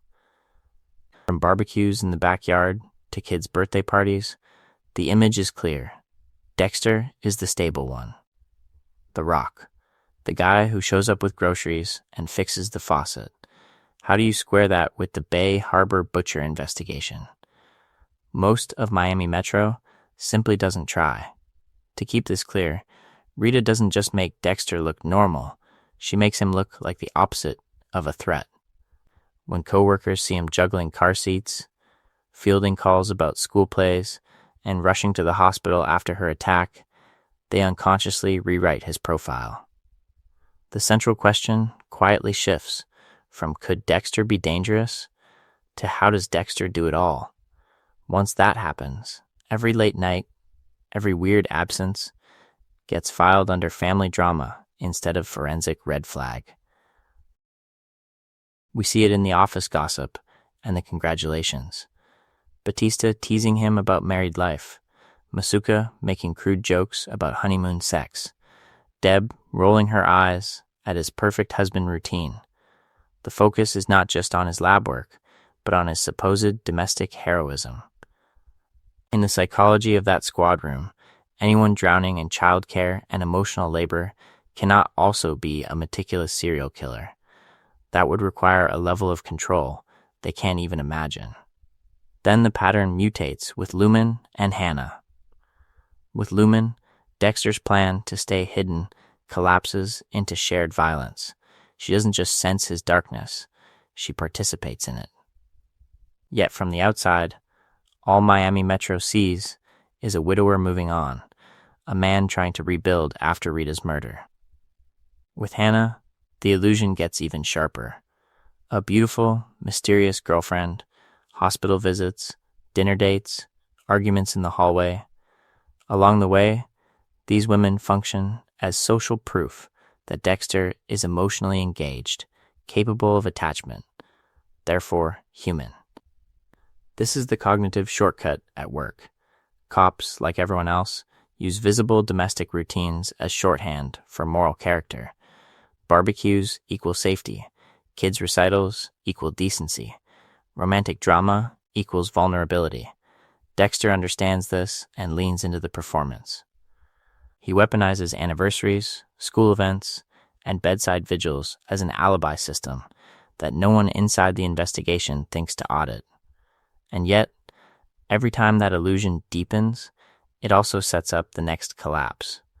Because once love becomes cover, what happens when the person behind that cover starts to see the seams?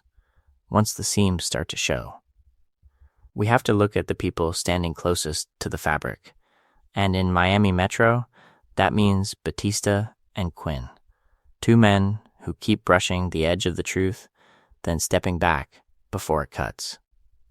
Let's kick things off with Batista. Barbecues, beers at the station, heartfelt pep, talks over terrible fluorescent lighting. His relationship with Dexter is built on easy camaraderie. From the pilot on, we see Batista treat Dexter as the quiet, brilliant guy you lean on when the case gets weird. He's the one who checks in on Dexter after Rita, who backs him in meetings, who instinctively puts Dexter in the good colleague box and never really takes him out. That emotional investment becomes its own kind of code. When Dexter vanishes during critical beats, when he shows up at scenes with improbably perfect insight, Batista notices just enough to register a blip. But every time, he resolves it in Dexter's favor. The blood guy is just dedicated. The odd behavior is just trauma. The proximity to chaos is coincidence. In a department where corruption, incompetence, and burnout are everywhere, Batista needs at least one person to believe in. Dexter fills that role, and the psychology of that need quietly overrides the investigation he never starts. To keep this clear, Batista is not blind. He's selective. He sees the same pattern we do, Dexter orbiting the ice truck killer, Dexter embedded in the Bay Harbor Butcher Task Force, Dexter at the center of doomsday.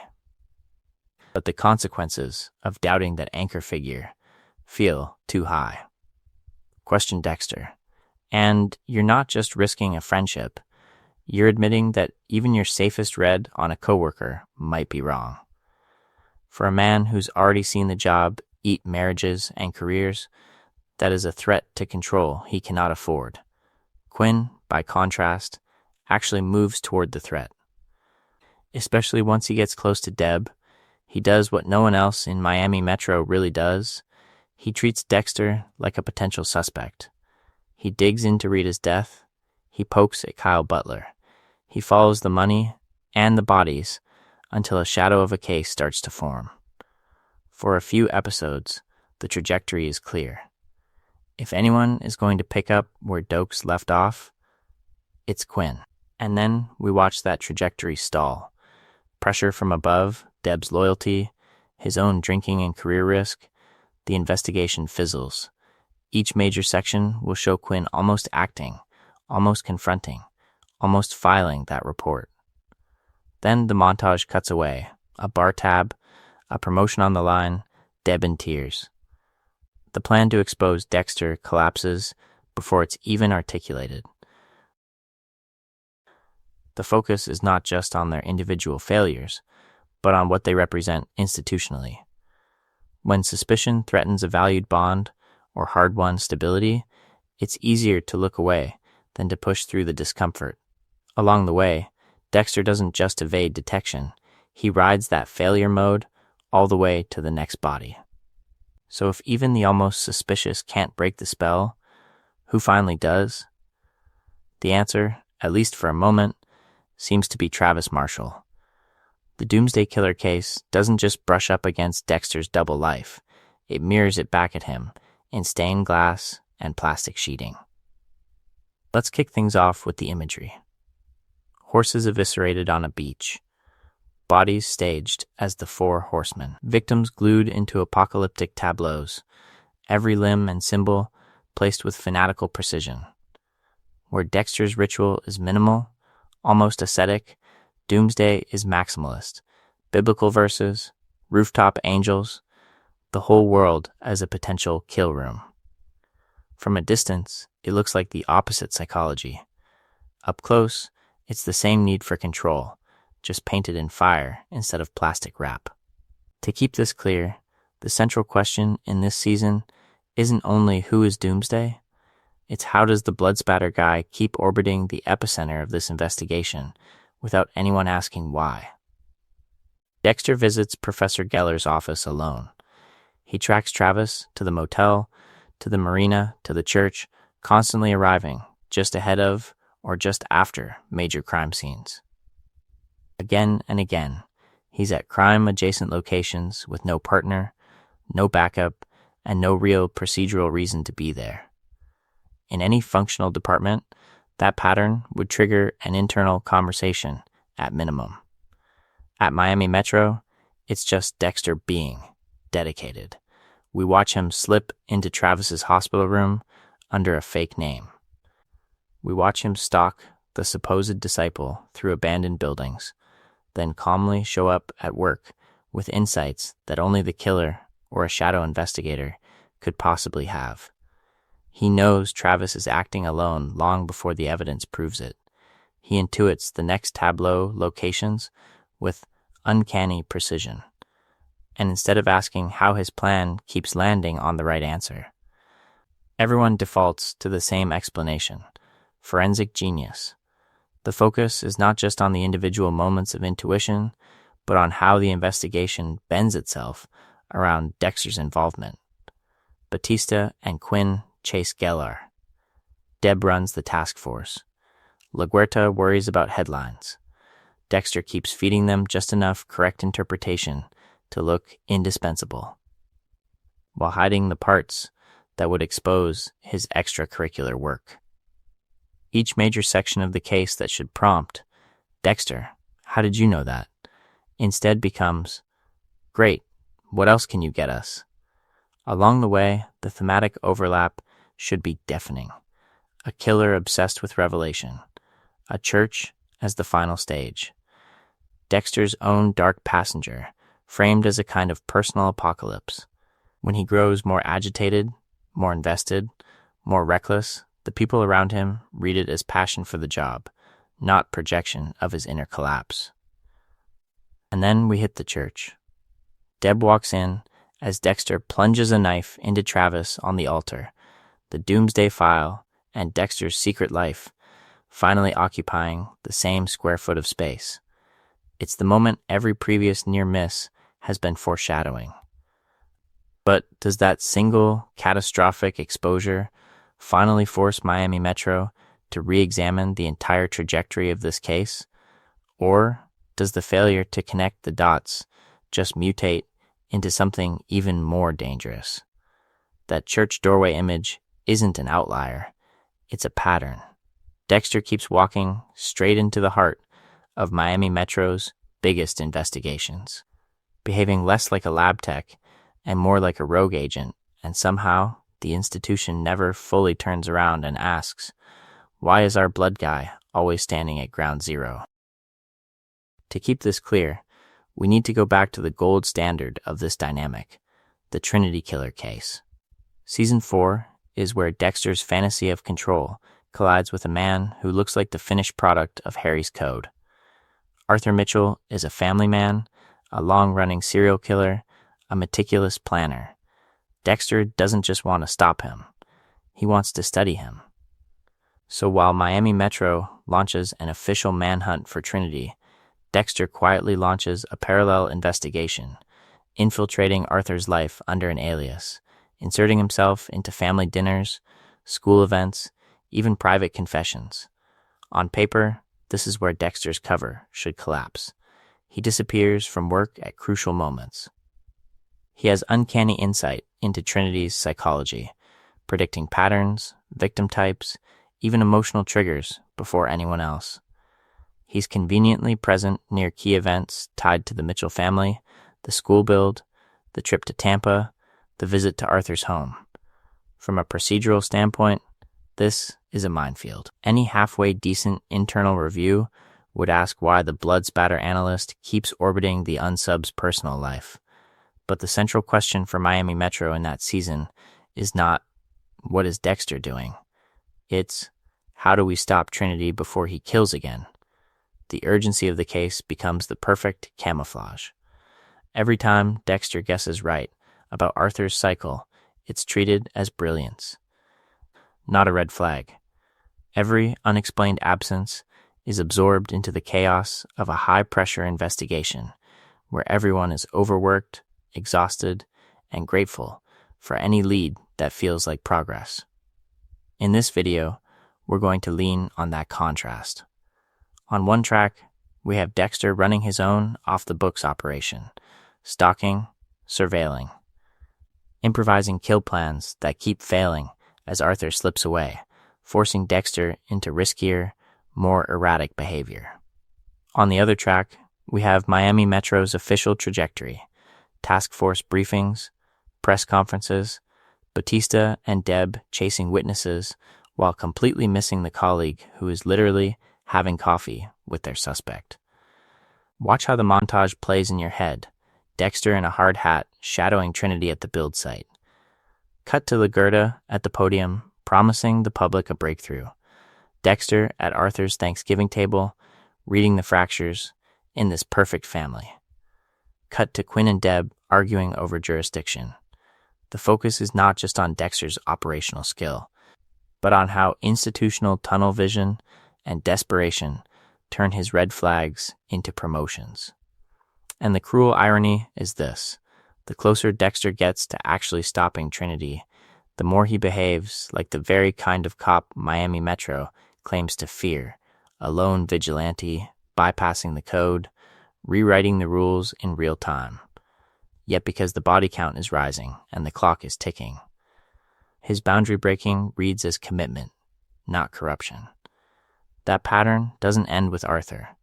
It escalates. But what happens when the case isn't just about a stranger like Trinity, but about Dexter himself? That's where the show quietly flips a switch. The moment the investigation could turn inward, Dexter stops being just a quirky coworker and becomes something closer to a system-protected anomaly. His forensic god mode doesn't just help solve murders, it inoculates him against suspicion. Let's kick things off with the basics. Dexter breaks protocol constantly.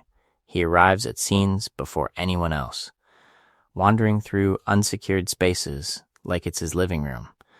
He handles blood evidence alone, repositions objects, and tests patterns with no second tech watching.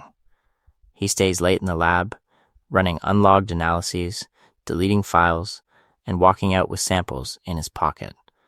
From anyone else, these would be flashing alarms. From Dexter, they read as the rituals of a genius who needs room to think. To keep this clear, we have to look at the psychology of the workplace. Miami Metro is built around Dexter's competence. Cases that should stall on inconclusive prints and conflicting witness statements suddenly crack because the blood guy finds a microscopic transfer pattern or a hidden arterial spray. The department starts to plan around that.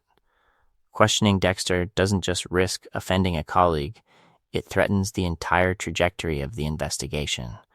If the person who always delivers is suddenly under review, how many open files collapse?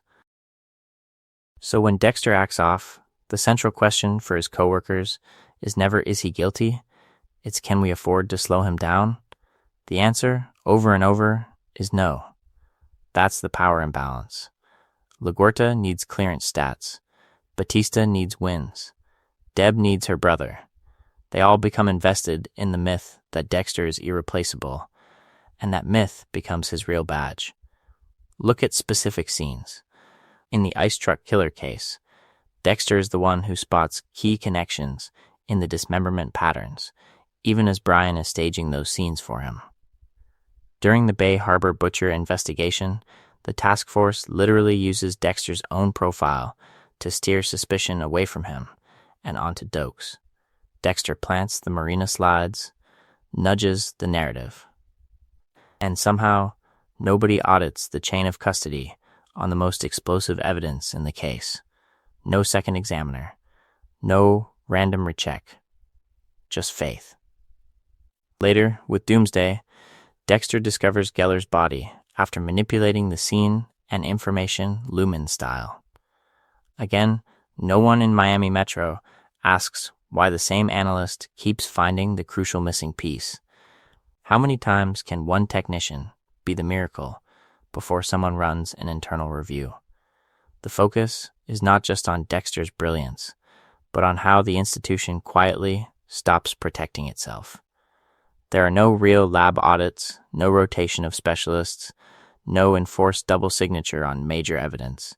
That's not just plot armor, it's a systemic collapse of oversight. When one expert is treated as beyond replacement, procedure becomes optional. And in that vacuum, Dexter's plan thrives.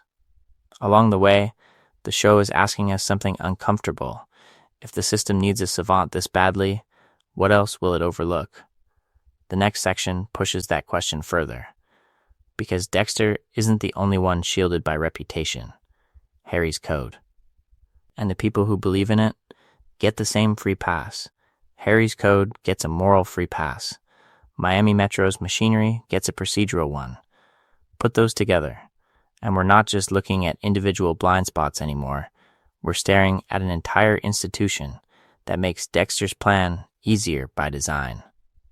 Imagine a fluorescent buzz montage, stacked case files, leaning like bad Jenga towers. Detectives half asleep at their desks. Batista juggling a homicide briefing, a budget meeting, and a press conference about clearance rates. Phones ringing, printers jamming, a whiteboard full of names that never become faces. This is not the backdrop. This is the psychology of the place. Everyone is drowning.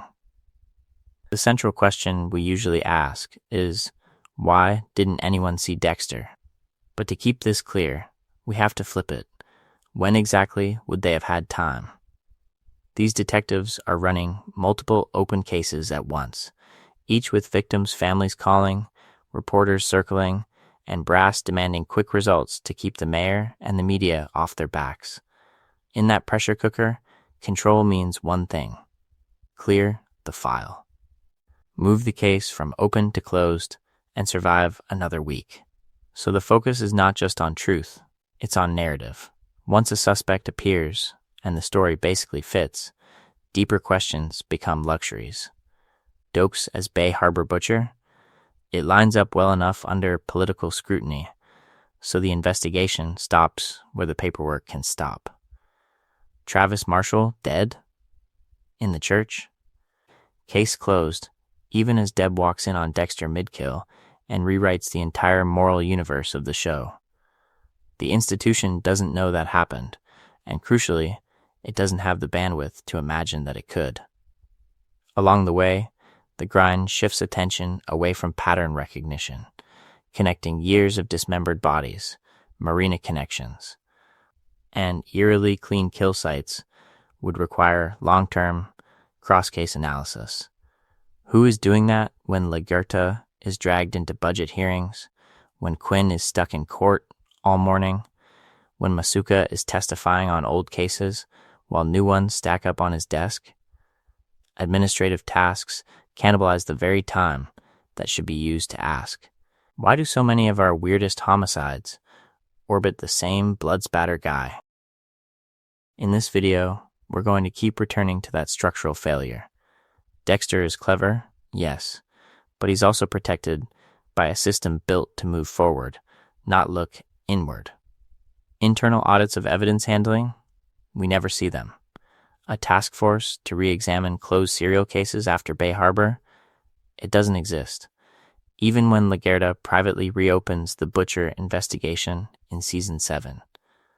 She has to work off-book, alone, because the formal machinery is calibrated toward closure, not self-interrogation. And that's the bleak punchline. Miami Metro doesn't miss Dexter only because he's a chameleon. They miss him because every incentive pushes them to accept the surface explanation, file the report, and get to the next crisis.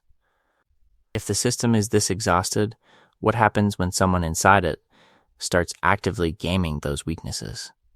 The next section answers that by zooming in on Dexter's evidence trail itself, how the very tools meant to expose killers become his favorite instruments of control. So when Dexter starts gaming those weaknesses, he's not stepping into a vacuum. He's stepping into a story Miami Metro already believes about who the bad guys are. And that story is powerful enough to make the blood spatter guy invisible. Let's kick things off with that archetype. In cop culture, the real predator is the unhinged loner, the visibly creepy guy hanging around playgrounds, the overtly violent repeat offender whose file is already 3 binders thick. He's the suspect who yells in interrogation, the face on the wanted poster, the monster that justifies the overtime. The central question, in practice, isn't who did this, but which of our usual suspects finally snapped. Against that template, Dexter looks like negative space. He's polite, helpful, slightly awkward in conversation, sure, but always dependable when the investigation hits a wall. We see him carry donuts into the bullpen, offer to stay late, talk Batista through a blood pattern with patient clarity. In social spaces, he performs non-threat. He's the guy who babysits, who grills in the backyard, who shows up at the hospital. The focus is not just on what he does, but on what he carefully never does. He never rages at a suspect, never postures, never fits the silhouette of the volatile cop who might turn out to be the killer. To keep this clear, Dexter doesn't just hide evidence, he curates a persona that slides perfectly into their myth of the harmless lab nerd. His flat affect must be forensic burnout. His dark jokes about dismemberment, gallows humor from the blood guy. His obsessive interest in crime scenes, that's just dedication. Confirmation bias does the rest. Once they've filed him under socially weird but brilliant, every red flag is reinterpreted as a quirk that makes him better at his job. Think about Dokes. He's the only one who refuses that story, the only one whose psychology isn't lulled by the lab coat image. To everyone else, Dokes looks like the archetypal hothead, aggressive, confrontational, the man who actually fits their internal villain template. When the Bay Harbor Butcher case needs a face, the department's narrative gravity pulls straight toward him, not toward the quiet technician who designs the profile. Their hunt for monsters makes them miss the man standing next to them, literally writing the code they use to frame someone else. And that's the collapse at the heart of Miami Metro's worldview. They don't just fail because Dexter's plans are meticulous. They fail because they are always scanning for a different monster, a louder monster, a monster who behaves the way their training slides and war stories promised. Along the way, Dexter learns he doesn't need to outfight the system. He only needs to stay in character. In this video, we're going to follow how that miscast story keeps saving him, even as the evidence trail screams his name, and how the first real cracks appear when someone finally dares to rewrite the script. Flashes of locusts on windshields, bodies wired into end times tableaus, scripture carved into flesh. Smash cut to plastic sheeting, duct tape, and Dexter's slides glinting under fluorescent light. In a city obsessed with the apocalypse, the central question becomes painfully simple. How does nobody at Miami Metro notice that their doomsday investigation looks like a funhouse mirror of their favorite blood guy's private liturgy? Season 6 drops us into a Miami already running hot. Media frenzy. Public panic. The department under brutal pressure to deliver a narrative, not just an arrest. And right in the middle of that storm, Dexter is more embedded than ever. First at the scene, last to leave. The one person who seems to get the killer's psychology. While everyone else is drowning in symbolism, Dexter is quietly surfing it. Let's kick things off with his role at the tape line. As bloodspatter analyst, Dexter doesn't just interpret the doomsday scenes, he curates them. He decides which patterns matter, which angles to photograph, which stains are noise. Short sentence. Short sentence. Then the longer reality. Every time he sketches a trajectory or narrates a cast-off pattern, he's also shaping the story the task force believes, trimming away anything that might echo his own rituals and amplifying anything that screams religious fanatic instead of methodical vigilante. Think about the contrast we're shown. The doomsday tableaux are elaborate, theatrical, soaked in scripture. Dexter's kill rooms are stripped, clinical, almost sacred in their own way. Plastic everywhere, tools laid out with surgical precision, trophies cataloged by blood and face, all under a rigid moral code he insists separates him from the monsters he hunts. Different aesthetics, same architecture. Ritual, staging, insider knowledge of violence. In this video, we're going to keep returning to that echo, because Miami Metro never does. The focus is not just on what Travis and Geller do, but on how closely Dexter's own patterns rhyme with the profile they build. They talk about a killer obsessed with purification, with choosing victims who deserve punishment, with escalating displays meant to send a message. At no point does anyone turn that lens inward and ask who else in this building thinks in those terms, who else walks around talking about fate, justice, and necessary evil like it's a private theology. Along the way, Dexter's uncanny insight should feel like a siren. He knows Geller is real, then insists Geller is dead. He predicts Travis's next tableau, anticipates his shifts in faith, reads his doubts like a diary. That isn't just good police work, it's over-identification. It's a man mapping his own fractured psychology onto a target and getting it right, because the wiring is the same. Why doesn't anyone flinch at that? Because the case is chaos, and chaos is the perfect cover. Paperwork piles up. Press conferences loom. Deb is juggling her promotion and her spiraling life. To keep this clear, the failure here isn't a single missed clue. It's institutional exhaustion. The investigation needs Dexter to be a genius more than it needs him to be questioned, so every red flag gets refiled as intuition. And once we see how easily the apocalypse blinds them, it sets up the next collapse. What happens when the end of the world isn't in the sky over Miami, but sitting at the next desk over, waiting for someone to finally read the signs?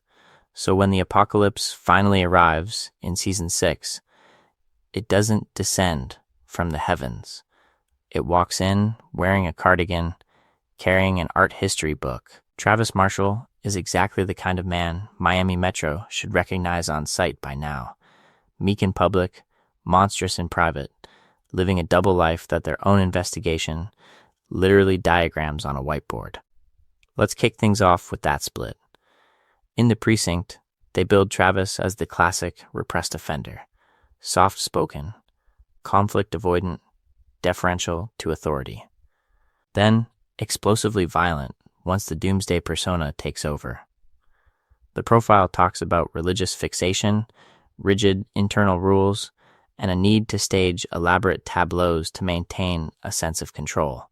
Mild, unassuming, deeply compartmentalized. And when they finally unmask him, everyone is shocked that this shy assistant professor was orchestrating an apocalypse. From a distance, that's a solid piece of psychology. Up close, it's a mirror Miami Metro refuses to look into. Because to keep this clear, we can map that profile almost one-to-one onto Dexter's life. Quiet lab rat. Awkward dad. Emotionally distant coworker. Then, in the shadows, a hyper-competent predator with a ritual, a code, and an obsessive need to arrange bodies just right. Travis has scripture and murals. Dexter has plastic and blood slides. Both men build kill rooms that double as confessionals, places where the persona they show the world collapses and the real self steps forward. The central question becomes, how do these detectives stand in front of that pattern? Name it, fear it, hunt it, and never feel the chill of recognition from the guy explaining the blood. Along the way, the show gives us moments where Dexter's understanding of Travis is so precise it should make everyone else uneasy. He anticipates the next tableau with uncanny accuracy. Reads meaning into poses and object placement that even the profilers miss, and talks about compulsion the way someone talks about a habit they've rehearsed, not a theory they've studied. Watch how he describes Travis's need to finish the cycle, the way he insists the ritual can't just stop. That isn't a guess. That's a man recognizing the collapse that would happen if his own sequence were interrupted. When Dexter walks through the abandoned church and almost reverently traces the outlines of Travis's work, we're seeing one killer touring another killer's mind. No one asks why the blood spatter guy looks so at home. In this video, we're going to keep coming back to that relief when a clear villain finally emerges. With Travis, the team is desperate for a face to pin the chaos on, a single source of the madness. Once they have him, their investigation doesn't widen, it narrows. The focus is not just on catching Doomsday, it's on restoring the comforting belief that evil is external, exceptional, out there. If Travis is the monster, then Dexter gets to remain the eccentric genius who helps them sleep at night. And once we accept Travis as Dexter's thematic mirror, the next killer they chase makes that blindness even harder to justify, because the pattern doesn't just repeat, it tightens around them. This is where the Colin Hanks problem really snaps into focus. Once we name it, once we see how Travis Marshall is packaged for us, every interaction Dexter has with Miami Metro starts to feel different. Let's kick things off with how Travis enters the frame. He's not introduced as a looming threat. He's a shy, slightly awkward academic, a guy who stumbles over his words in front of Professor Geller, who looks more like a grad student than a doomsday architect. Soft-spoken, deferential, cardigans, nervous smiles, wide eyes that read as overwhelmed rather than predatory. Inside the investigation, that visual and behavioral profile buys him time. Cops interview him, dismiss him, circle back to Geller, and keep slotting Travis into the harmless bystander category. In this video, we're going to lean on that casting shorthand, because the focus is not just on Travis as a twist villain. It's on what his presence reveals about the psychology of everyone in that squad room. They see someone who doesn't look like a killer, so their plan for the case unconsciously roots around him. The failure isn't just procedural, it's perceptual. They literally cannot reconcile the brutality of the tableau with the mildness of the man standing next to them. And that's where the mirror to Dexter gets uncomfortable. Dexter walks through the same hallways, wrapped in the same kind of armor. Polite, self-facing, nerdy, lab tech energy. He cracks dry, almost apologetic jokes about blood. He hunches, he underplays, he blends into the background of every briefing. To keep this clear, his whole persona is a preemptive alibi. If he's the quiet forensics guy, if he's the one who seems vaguely grossed out by social interaction, then nobody has the cognitive bandwidth left to process that he is always in close proximity to violence. The central question becomes painfully obvious. How do seasoned homicide detectives keep falling for he just doesn't look like a killer? We watch Batista, Quinn, even Deb stand inches away from both Travis and Dexter while their investigations collapse around them. They handle evidence Dexter has manipulated. They study crime scene photos that Travis helped stage. Yet their instincts keep getting overridden by a simple visual bias. Harmless face, gentle voice, no obvious rage, therefore not a threat. Zoom out one more layer, and the meta level clicks into place. The show casts Colin Hanks precisely because his public image does half the narrative work. We're conditioned to read him as safe, so the reveal that he's the real doomsday killer lands as a shock. But that same conditioning also makes it feel plausible that Miami Metro never really clocked Dexter. If we, with the camera feeding us red flags, still want to believe in the boyish mask, why wouldn't they? Along the way, the series quietly trains us to accept that no one would ever see Dexter coming. Travis is the test case. Dexter is the long con. And once we understand how easily a soft exterior defeats hard evidence, the next phase of the story shows what happens when that bias finally breaks. And someone in power decides to investigate Dexter as if he actually could be dangerous. So when someone in power finally does start to investigate Dexter as if he could be dangerous, the series does something fascinating. It cuts away from official channels and drops us into a therapist's office, where the most explosive evidence against him shows up not as a report or a complaint, but as Debra Morgan's nervous system falling apart in real time. Let's kick things off with the image. Deb on that couch, eyes red, voice shaking, trying to explain why she moved in with her adoptive brother as an adult lieutenant. Session after session, the conversation circles the same gravitational center, not her work, not the job. Dexter. She talks about waking up at his apartment, about following him, about feeling safe and unsafe around him at the exact same time. To keep this clear, the show is mapping out a textbook collapse of boundaries, and it's doing it through the one character whose badge should make that collapse an institutional crisis. The therapist hears it. We watch the professional alarm bells start to ring. She asks about codependency. She questions Deb's ability to supervise Dexter objectively. She pushes on the idea of safety and whether Deb is protecting Dexter or herself. In any realistic setting, those questions are the on-ramp to mandatory action. You have a lieutenant admitting that her emotional life, her living situation, and her chain of command all orbit a single subordinate. How is that not a flashing red light for the entire department? In this video, we're going to keep coming back to the gap between what would happen in a real investigation and what Miami Metro actually does. The focus is not just on Dexter's plan to stay invisible, but on the systems that quietly cooperate with that illusion. In law enforcement, a therapist hearing this level of entanglement from a high-ranking officer would document it, consult, and likely recommend reassignment, monitoring, or at minimum, a formal disclosure. You do not let the person running homicide also confess that she cannot imagine a life that doesn't run through her blood spatter guy. But the show makes a different choice.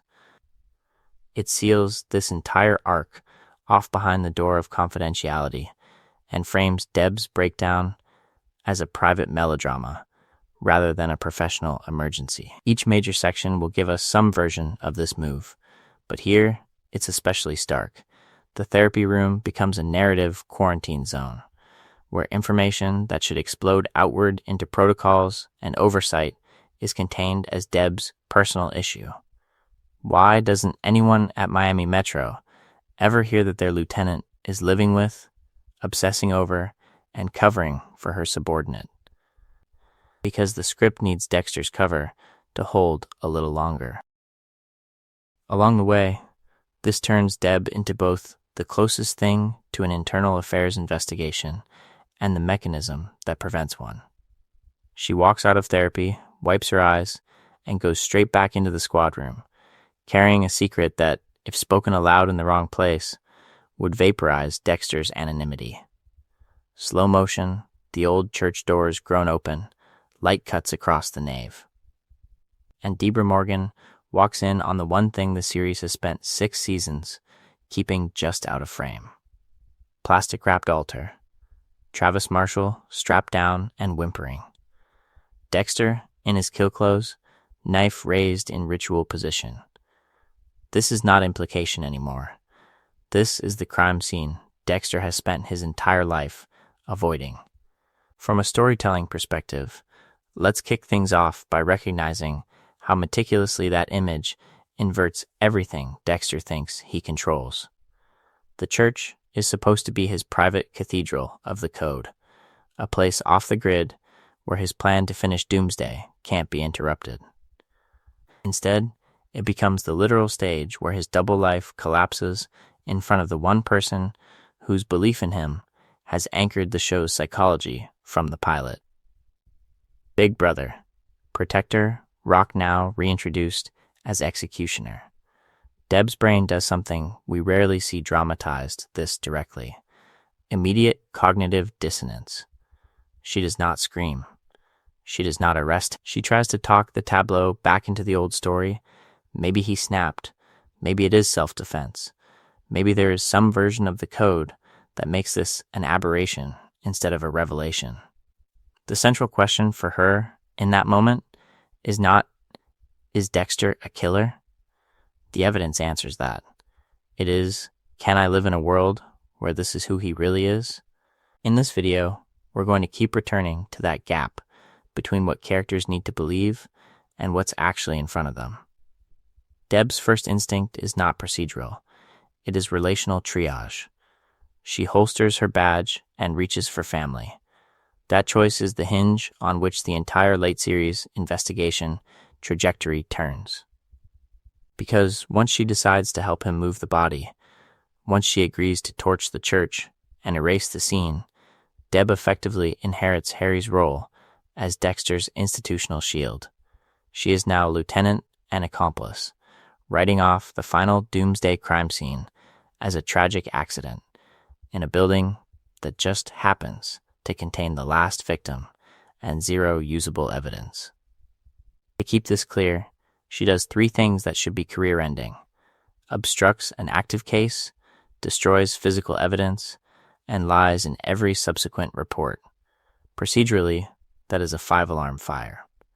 A high-profile serial investigation ends with the lead detective and the lieutenant tied to a site that mysteriously burns down before it can be processed.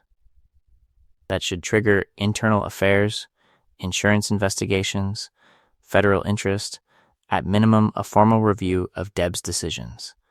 Instead, Miami Metro shrugs, files the doomsday case under closed, and moves on to the next body on the beach. The focus is not just on incompetence. It is on how the institution collaborates with the lie, because it is easier than reopening the wound. No one wants to question the hero cop who stopped Travis. No one wants to untangle why a fully prepped plastic kill room existed around him. So the church becomes a narrative black hole, swallowing the last clean chance the department had to see Dexter clearly, and setting up the quieter, more insidious scrutiny that will come later, from someone who refuses to let the Bay Harbor butcher stay buried. The church doesn't just burn Travis Marshall, it burns Deborah Morgan's last chance to stay on the side of the people asking questions instead of the one manufacturing answers. From the second she walks in on Dexter mid-stab, we watch a psychological freefall compress into a single, catastrophic plan: protect him at all costs. Let's kick things off with that pivot. One night, Deb is the horrified lieutenant who's been chasing Doomsday through a legitimate investigation. Minutes later, she's helping Dexter douse a holy crime scene in gasoline.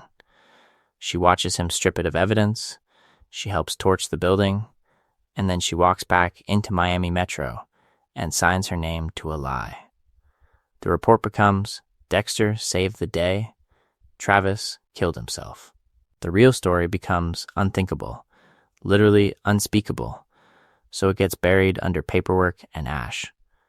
To keep this clear, the focus is not just on Deb making a bad emotional choice, it's on how her rank turns that choice into policy. As lieutenant, she decides which cases get resources, which anomalies deserve follow-up, which analysts need to be double-checked. She is the choke point. If she says the church is closed, it's closed. If she says Dexter's account of the scene tracks, no one under her is incentivized, or even allowed, to push back. From there, we see a new kind of control fantasy emerge. Deb thinks she can contain Dexter by supervising him, move in with him, track his hours, demand transparency about the code. But every safeguard she adds in her personal life becomes a structural shield at work. When Quinn has questions about Dexter's odd hours, Deb waves him off as jealous and unstable. When LaGuerta starts quietly revisiting the Bay Harbor Butcher files in Season 7, Deb doesn't just disagree, she uses her authority to reframe LaGuerta's suspicion as obsession, redirecting the entire department's attention back to safer suspects. Concrete example, the boat slip records that link Dexter to the Bay Harbor dump sites. LaGuerta finds them. Deb knows they're real. Instead of letting that evidence trigger a genuine internal investigation, she helps Dexter stage a fake crime scene with Estrada. Then signs off on the narrative that LaGuerta walked into a trap meant for Dexter and died because she was reckless. The central question stops being, is our blood guy dirty? And becomes, how fast can we close this before anyone notices the seams? Along the way, Deb keeps dimming the lights. Suspicious blood patterns that might point to a vigilante. Dexter says it's inconclusive. Deb accepts it. The file gets shelved.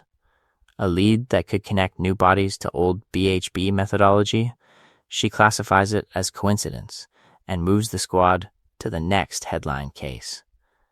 How can a department suspect what its own lieutenant keeps redefining as noise rather than signal?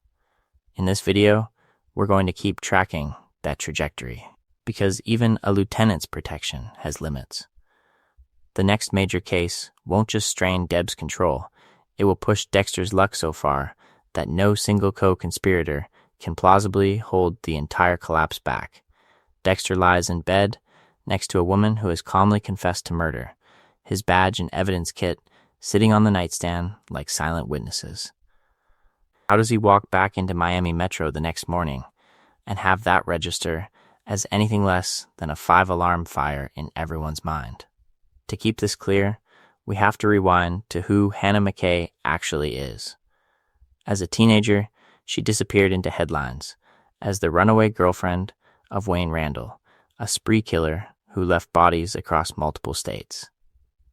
Years later, she resurfaces in Miami as the surviving accomplice, dragged back into an active investigation when new bodies and old cases start pointing to poison instead of panic.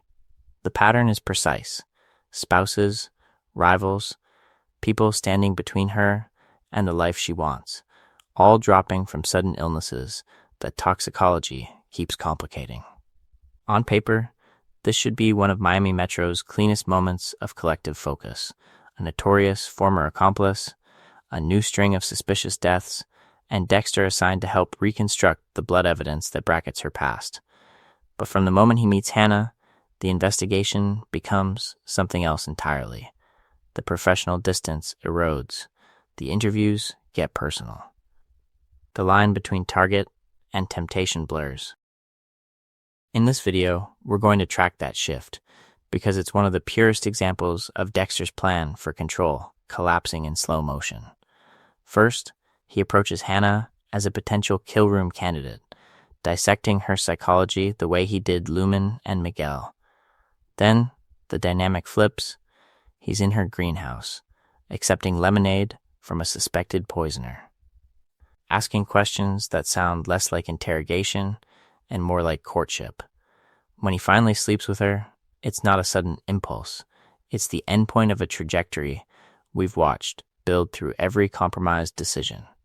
The central question is not just why Dexter crosses that line, but why no one in the building treats it as catastrophic.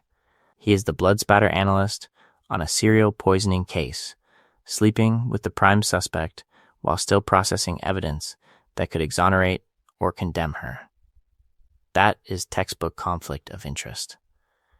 At minimum, it should trigger recusal, internal review, maybe even a shutdown of the entire case file until a clean team takes over. Instead, what do we see? A few raised eyebrows, some gossip about Dexter's taste in damaged women. Deb's personal outrage, yes, but framed as a jealous, messy reaction rather than a procedural emergency. The focus is not just on institutional failure, it's on normalization. By the end of that season, Dexter's proximity to Hannah doesn't make him look dangerous. It makes him look predictably broken. The guy who dated Leela, the widower whose life attracts chaos. Along the way, his colleagues quietly rewrite the story. Dexter doesn't orbit killers because he is one. He just has bad luck with love. And once that story hardens, it becomes armor. If they can rationalize Hannah, what won't they rationalize next? If Hannah is the "he just dates the wrong women" excuse, Quinn is the "he's got bigger problems" excuse, walking around in a badge. With Quinn, Miami Metro doesn't just miss Dexter.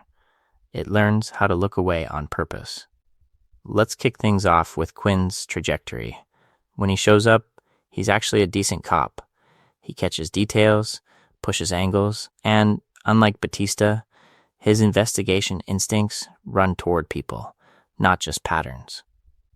But that competence is welded to a messy psychology, drinking, casual corruption, and a habit of getting emotionally entangled with exactly the wrong crowd. By the time we hit the seasons with the Eastern European mob, he's not just a detective. He's the guy sleeping with strippers, owing favors to gangsters, and showing up to work hungover. That slide matters. Because in this video, we're going to keep seeing the same pattern. The more chaotic someone's inner life gets, the easier it becomes for Dexter to blend in as just one more source of background noise. To keep this clear, go back to the brief moment where Quinn actually does his job too well. He clocks Dexter's weirdness around Rita's death. He notices the lies, the missing time, the way Dexter drifts toward every major case. He hires a PI to tail him. And crucially, those threads start to go somewhere. The photos of Dexter dumping bags on the boat, the proximity to Lumen, the sense that this quiet blood guy has a second life that is not just grief or bad luck. For a few episodes, Quinn is essentially doing what Dokes did, treating Dexter as a problem to be solved, not a coworker to be pitied. The plan, if he followed it through, would have cracked everything open. Keep the surveillance. Ask the right questions. Compare Dexter's movements to the Bay Harbor butcher profile Dexter himself helped write. But then the consequences of Quinn's own life start to close in. Enter Nadia, a stripper trapped by the mob, a woman Quinn genuinely loves, and a living embodiment of his guilt. He's already compromised with internal affairs, already skating on thin ice with his drinking and his temper. Now he's bartering evidence, bending procedure, and risking his badge just to keep her alive and get her out. Every rule he breaks for Nadia is another reminder that he's no longer standing on moral high ground. In that headspace, what does Dexter represent? Not a central question to be answered, but an avalanche waiting to happen. If Quinn pushes the Dexter investigation and it leads somewhere dark, he's not just exposing a serial killer. He's inviting another internal probe, another reckoning with his own corruption, another collapse of control he can't survive. So he lets it go. He doesn't clear Dexter because he's convinced of Dexter's innocence. He clears Dexter because he cannot afford one more moral crisis. Quinn becomes a case study in motivated inattention. When your own life is a crime scene, you stop looking too closely at anyone else's. And tragically, Miami Metro lets him. They accept his silence as closure, not as avoidance, which means Quinn will get one more chance to see Dexter clearly later, and that time, looking away, will have a catastrophic price. LaGuardia's sin wasn't being wrong about Dexter, it was being right too late, and in a department that had already decided the case was closed. While Quinn is backing away from the truth to save himself, she's the one person in Miami Metro who decides to walk straight into the fire of the Bay Harbor Butcher investigation again. Let's kick things off with that re-examination. A single blood slide at a fresh crime scene pulls her back to season 2, back to Dokes, back to a case that was supposed to be resolved. From a tiny rectangle of glass to an old marina logbook to a rusting shipping container on the docks, we watch her do what no one else in this show ever does. She treats Dexter's world like an actual investigation instead of a quirky workplace drama. To keep this clear, LaGuardia's method is almost painfully textbook. She pulls old files. She rereads the Bay Harbor Butcher, reports Dexter himself helped shape. She questions the foundational assumption that Dokes was the monster, asking the one thing nobody at Miami Metro wants to ask. If Dokes was tailing Dexter back then, what did he see? That question is the crack that lets everything else in. The ocean dump sites that match Dexter's boat range.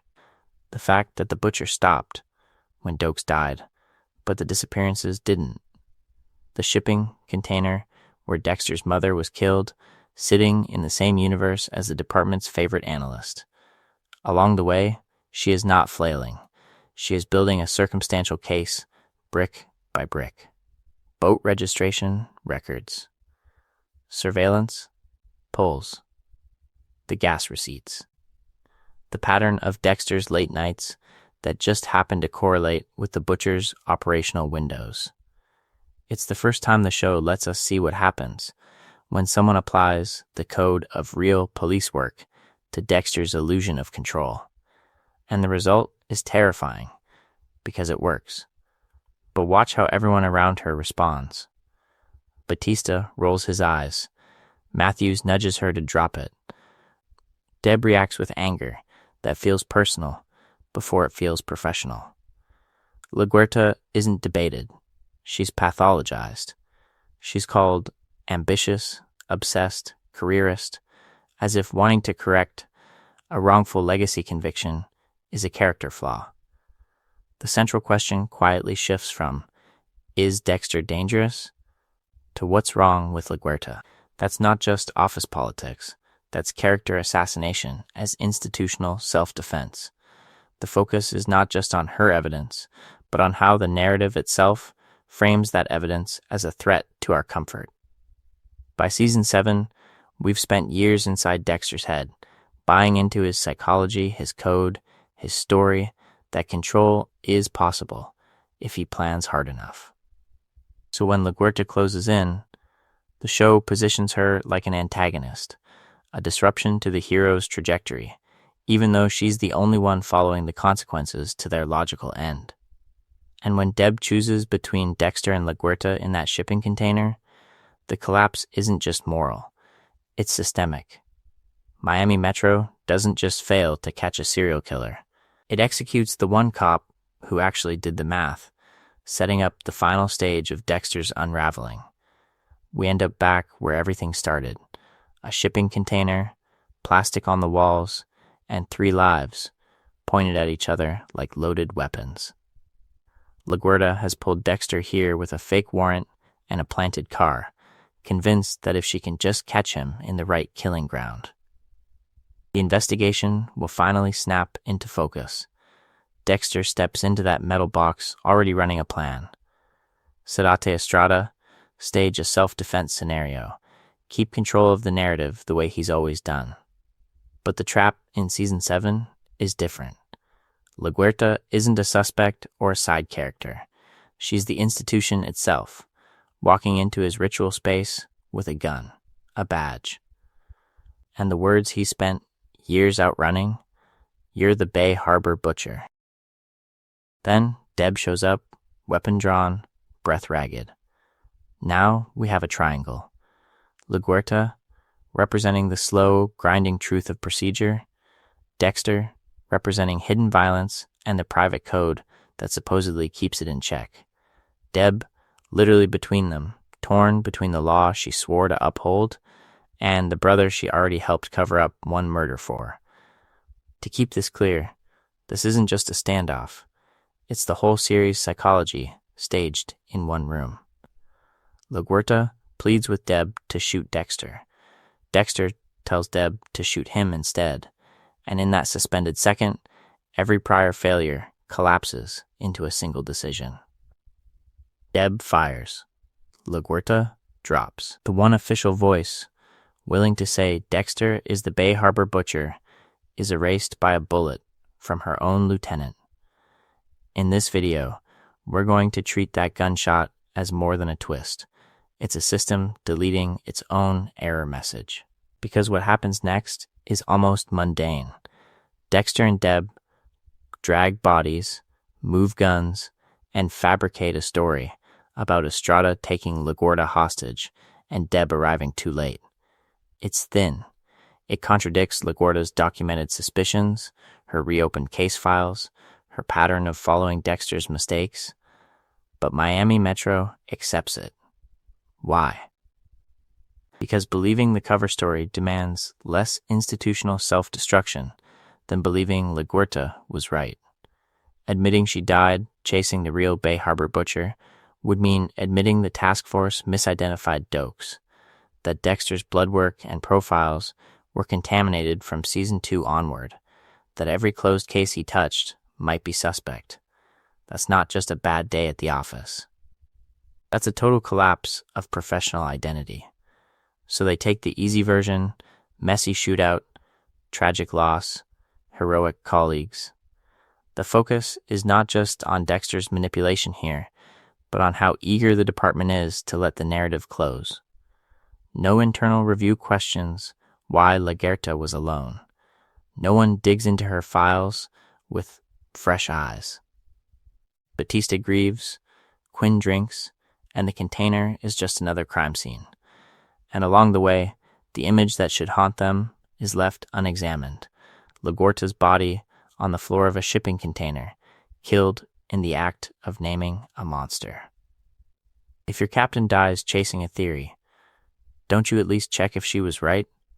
Miami Metro becomes a crime scene built on a cover story. And once they tape off the truth around LaGuerta's body, the entire department starts working inside that lie as if it were fact. To keep this clear, we have to spell out the official narrative they all agree to live in.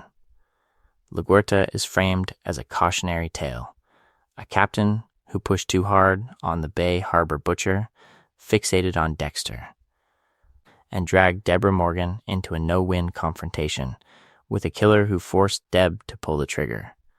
On paper, it's tragic but clean. LaGuerta's overreach, Deb's impossible choice, a justified shooting in a chaotic container. No conspiracy, no code, no second shooter in the shadows. The focus is not just on how this protects Dexter, it protects the institution's ego. Because if Laguerta was right about him, then Miami Metro didn't just miss a serial killer, they promoted his sister. They used his blood work on the Bay Harbor Butcher investigation. They let Dokes die with his name attached to Dexter's crimes and never reopened it. Admitting Laguerta's theory is admitting years of operational failure and psychological denial. It's not just a bad call in one season, it's a collapse of their entire investigative trajectory. So the plan becomes simple. Freeze the story where it is. Laguerta was obsessed. Deb was heroic. Dokes was tragic but guilty.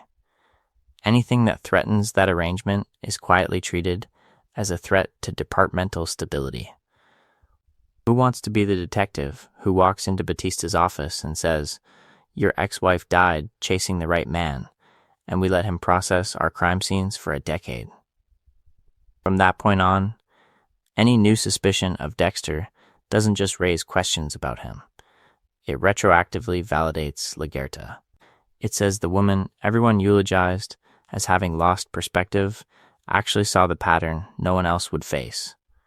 In this video, we're going to keep coming back to that pressure point because it explains why nobody ever runs the uncomfortable math. If Dexter is dirty now, he was dirty then. If he was dirty then, Laguerta was right. And if Laguerta was right, Miami Metro has been living inside a lie. That's the psychology shift that matters. You can feel it in the office culture. Laguerta's name stops meaning sharp investigator and starts meaning don't rock the boat. Mention reopening an old case, someone brings up how chasing ghosts got Laguerta killed. Suggest digging deeper into a forensic anomaly, someone remembers how the Bay Harbor Butcher hunt tore the department apart. Her legacy is weaponized as a warning label. Along the way, that turns into a quiet, shared code. Do your job, but don't connect the wrong dots.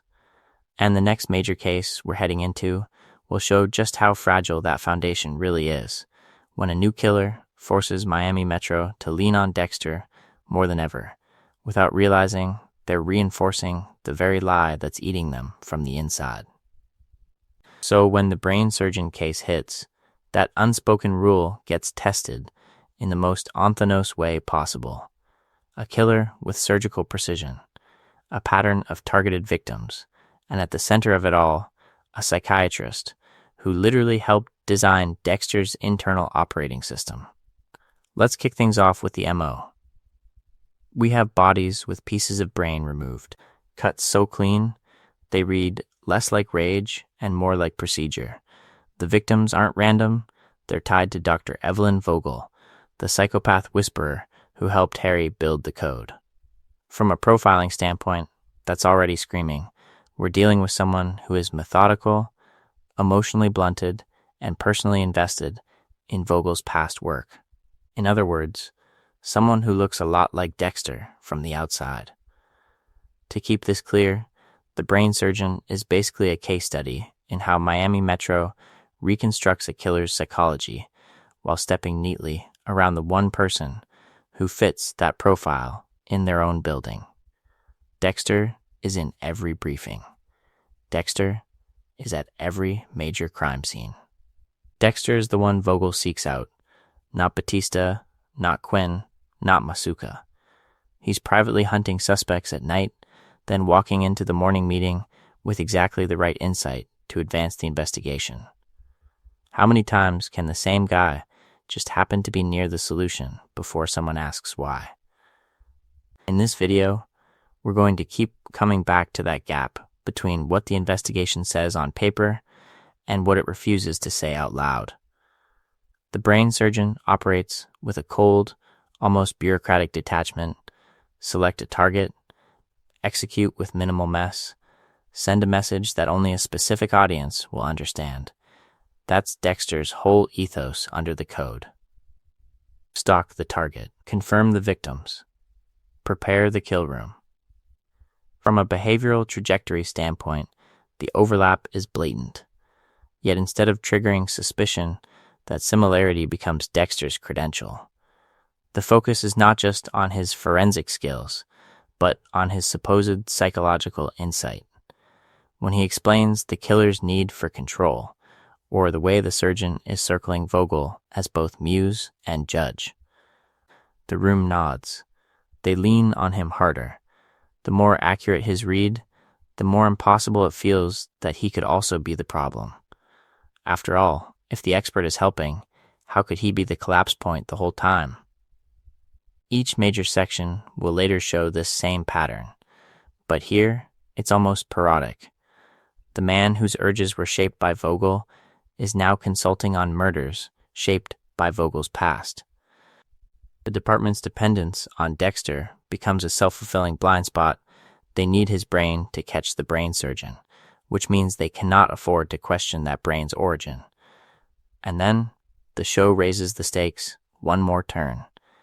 The brain surgeon literally drags Dexter's maker into Miami Metro, sits her down among the detectives, and forces everyone to hear that she created a monster.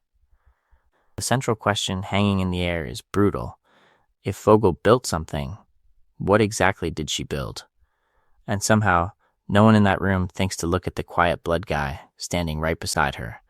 When the woman who designs monsters walks into your office and immediately befriends your blood guy, maybe ask a follow-up question. Dr.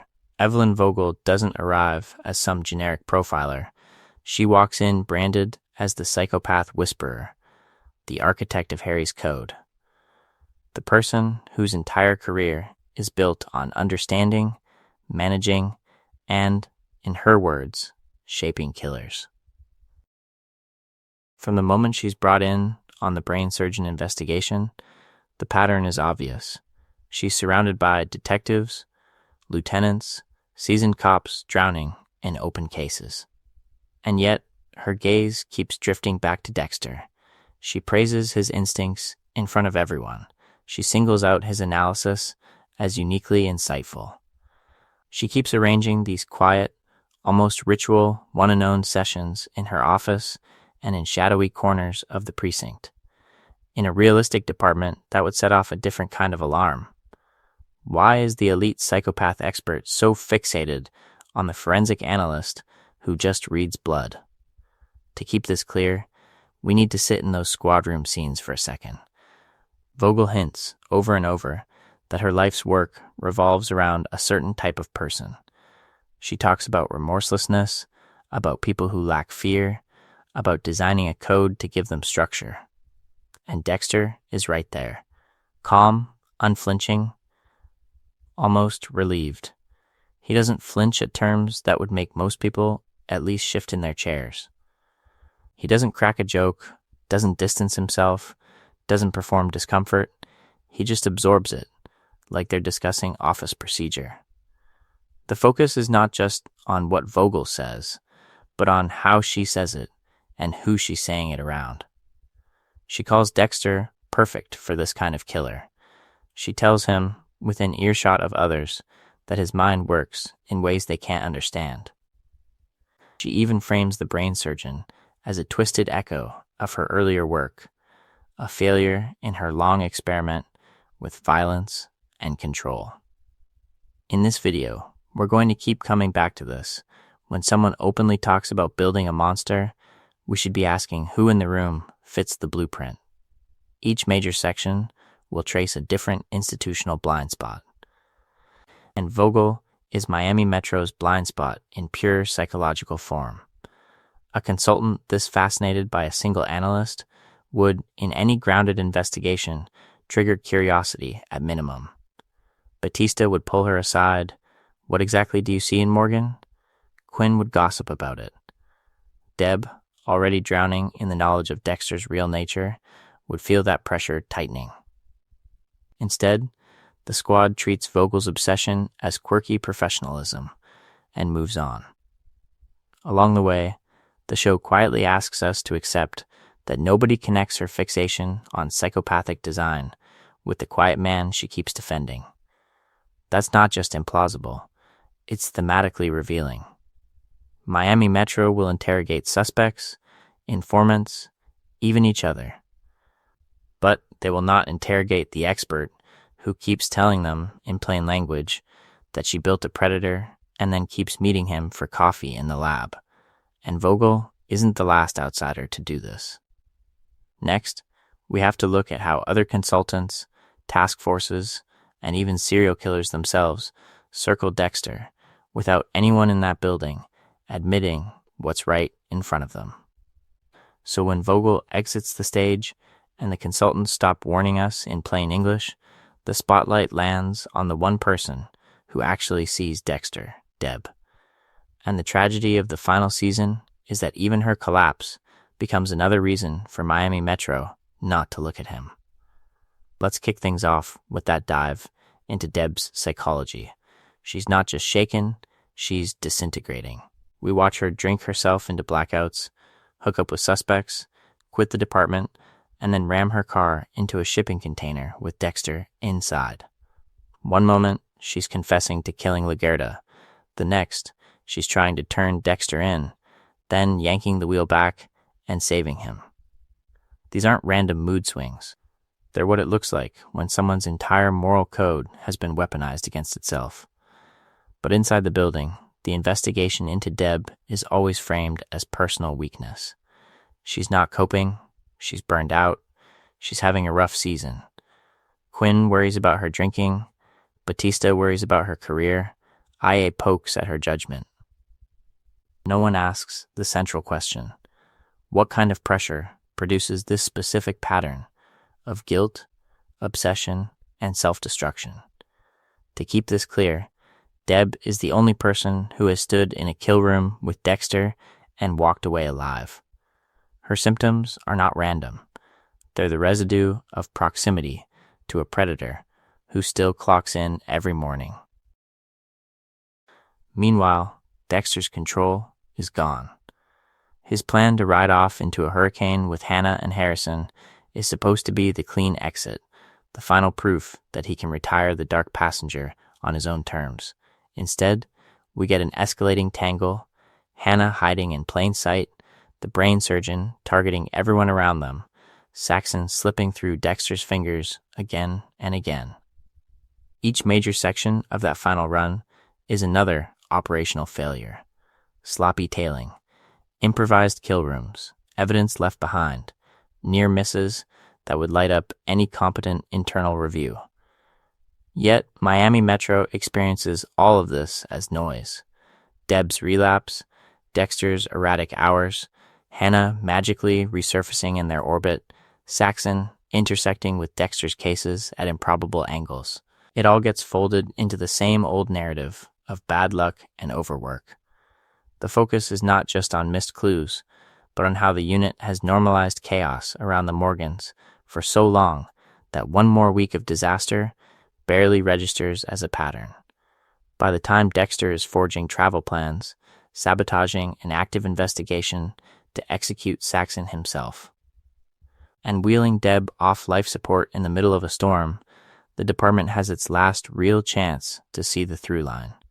A cop shot by the very killer Dexter insisted on handling, a suspect executed in custody, a blood analyst who vanishes as a hurricane bears down. Do they connect any of it? Or does the storm over Miami become one more convenient metaphor, washing away the evidence that something fundamentally rotten was embedded in their unit from the start? Because as Dexter prepares to disappear into that weather system, the real question isn't just why nobody stopped him. It's what it means that, at the end, they let him go. Dexter's boat cutting into that wall of gray, the slice of life swallowed by waves and static, is the neatest magic trick this show ever pulls. 1 second, we're with him in the eye of his own design. The next, he's gone, and Miami Metro has the cleanest narrative it could ask for. The blood guy died in the storm. Let's kick things off with what that image is actually echoing. A toddler in a shipping container, his mother chainsawed apart, the sound of a different kind of storm outside. Hurricane Laura is Dexter's origin point, the first time chaos rewrote his psychology and convinced him that control would always be an illusion. Steering directly into Hurricane Laura 2.0 is not a bold new plan. It's a closed loop. He's reenacting the trauma that birthed the code, only now he chooses the blade instead of being trapped with it. And from the system's perspective, it's perfect. His apparent death doesn't just end a life, it ends an investigation that never really started. No post-Lagerda reckoning. No task force reopening Bay Harbor butcher files. No one forced to ask why a string of high-profile killers, from Brian to Travis to Jordan Chase, kept intersecting with one quiet forensic analyst. The storm wipes the board, and everyone agrees not to look at the chalk dust. To keep this clear, think about what his survival would demand. If Dexter washed up on shore and someone found him, every case he ever touched becomes radioactive. Every blood pattern he interpreted, every piece of evidence he logged, would need to be audited line by line. The central question wouldn't be, how did he fool us, but how many prosecutions did we contaminate by letting him run the lab? That is a level of collapse Miami Metro, as we've seen across season after season, is simply not built to face. Instead, they process him the way they process every other failure, as tragedy, not indictment.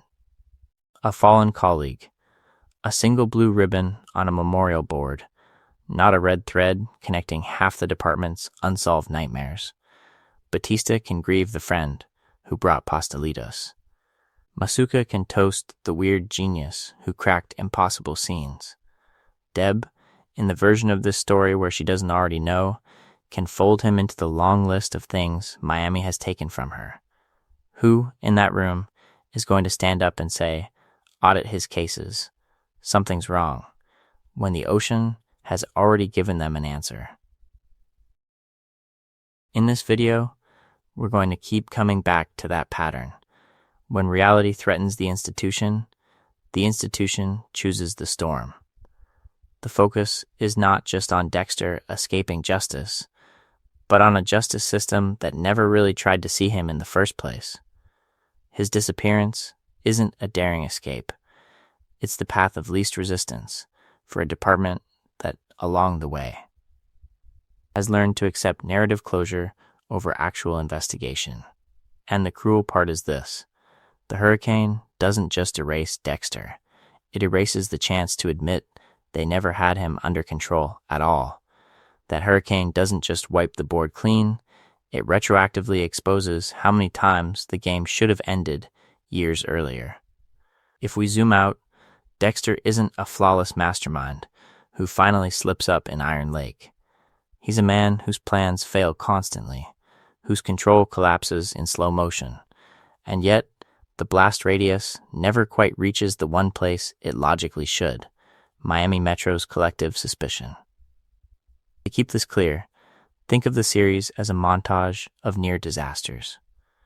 The ice truck killer doesn't just taunt Miami, he walks straight into Dexter's private mythology. Barbie parts in Dexter's freezer. Crime scene photos arranged like a love letter to his trauma. Brian calling him by his real birth name, Dexter Moser, in public spaces. Deb strapped to a table in that shipping container, inches from Dexter's secret life. Any one of these beats should have triggered an internal investigation, psychological evaluations, at least a formal interview about why the killer is obsessed with the blood spatter guy. Instead, the case closes, Brian dies, and the department files it under strange, but solved. In this video, we're going to treat those moments not as isolated twists, but as a pattern. Every time reality pushes against Dexter's cover, the world bends to accommodate him. Nowhere is that clearer than the Bay Harbor Butcher arc, which is not a story of Dexter's success. It's the story of his system being completely exposed. His slides are discovered, his dumping ground is mapped, the FBI is brought in. Dokes. Operating on pure instinct and basic cop psychology.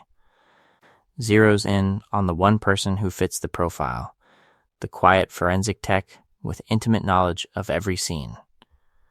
From a narrative logic standpoint, the investigation has Dexter dead to rights. Yet, watch how the institution absorbs the shock. Evidence is interpreted through the lens of departmental convenience. Dexter's own profile work helps steer suspicion toward Dokes. Leela removes the one honest threat by killing Dokes and blowing up the cabin, and Miami Metro gratefully accepts the explanation. The plan fails. The cover holds. Later seasons just escalate that same trajectory. Lumen's botched kills leave bodies and witnesses that should fracture Dexter's operational security. Travis Marshall sees Dexter's darkness, paints him into an apocalyptic narrative, and still, the department treats it as a closed case once Travis dies. And then we get the most explicit collapse. Deb walking into the church as Dexter drives a knife into Travis. The central question should become, immediately, how long has this been going on? Instead, Deb reframes it as a one-time break, a moral emergency she can manage, and the institution never truly gets pulled in. Along the way, relationships and bureaucracy work like narrative sandbags, piling up around every crack. It's not that nobody ever had reason to question Dexter.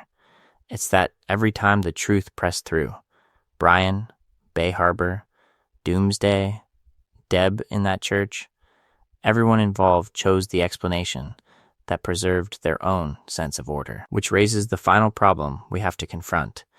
If the world keeps protecting Dexter's illusion of control, what happens when that protection finally runs out?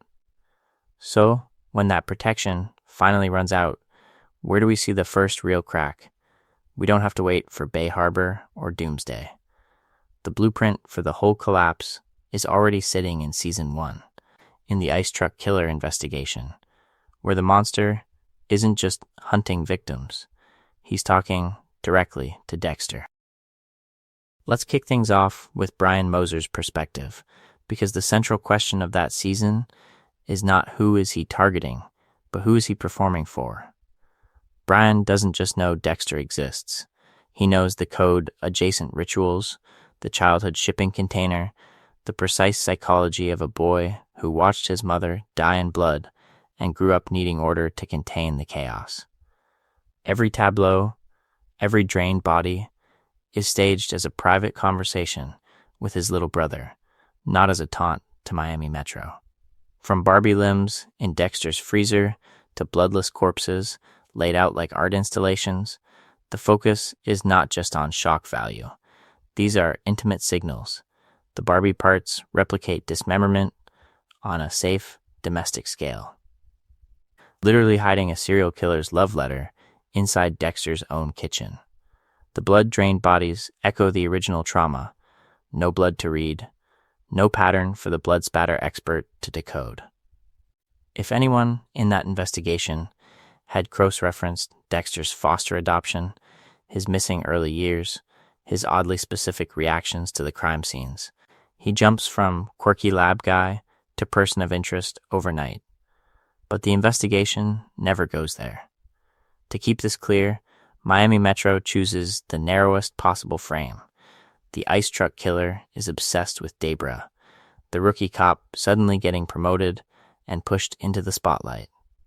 Dexter is just the weirdly calm blood guy who keeps showing up at the right time, who just happens to be emotionally invested and eerily comfortable around dismembered bodies.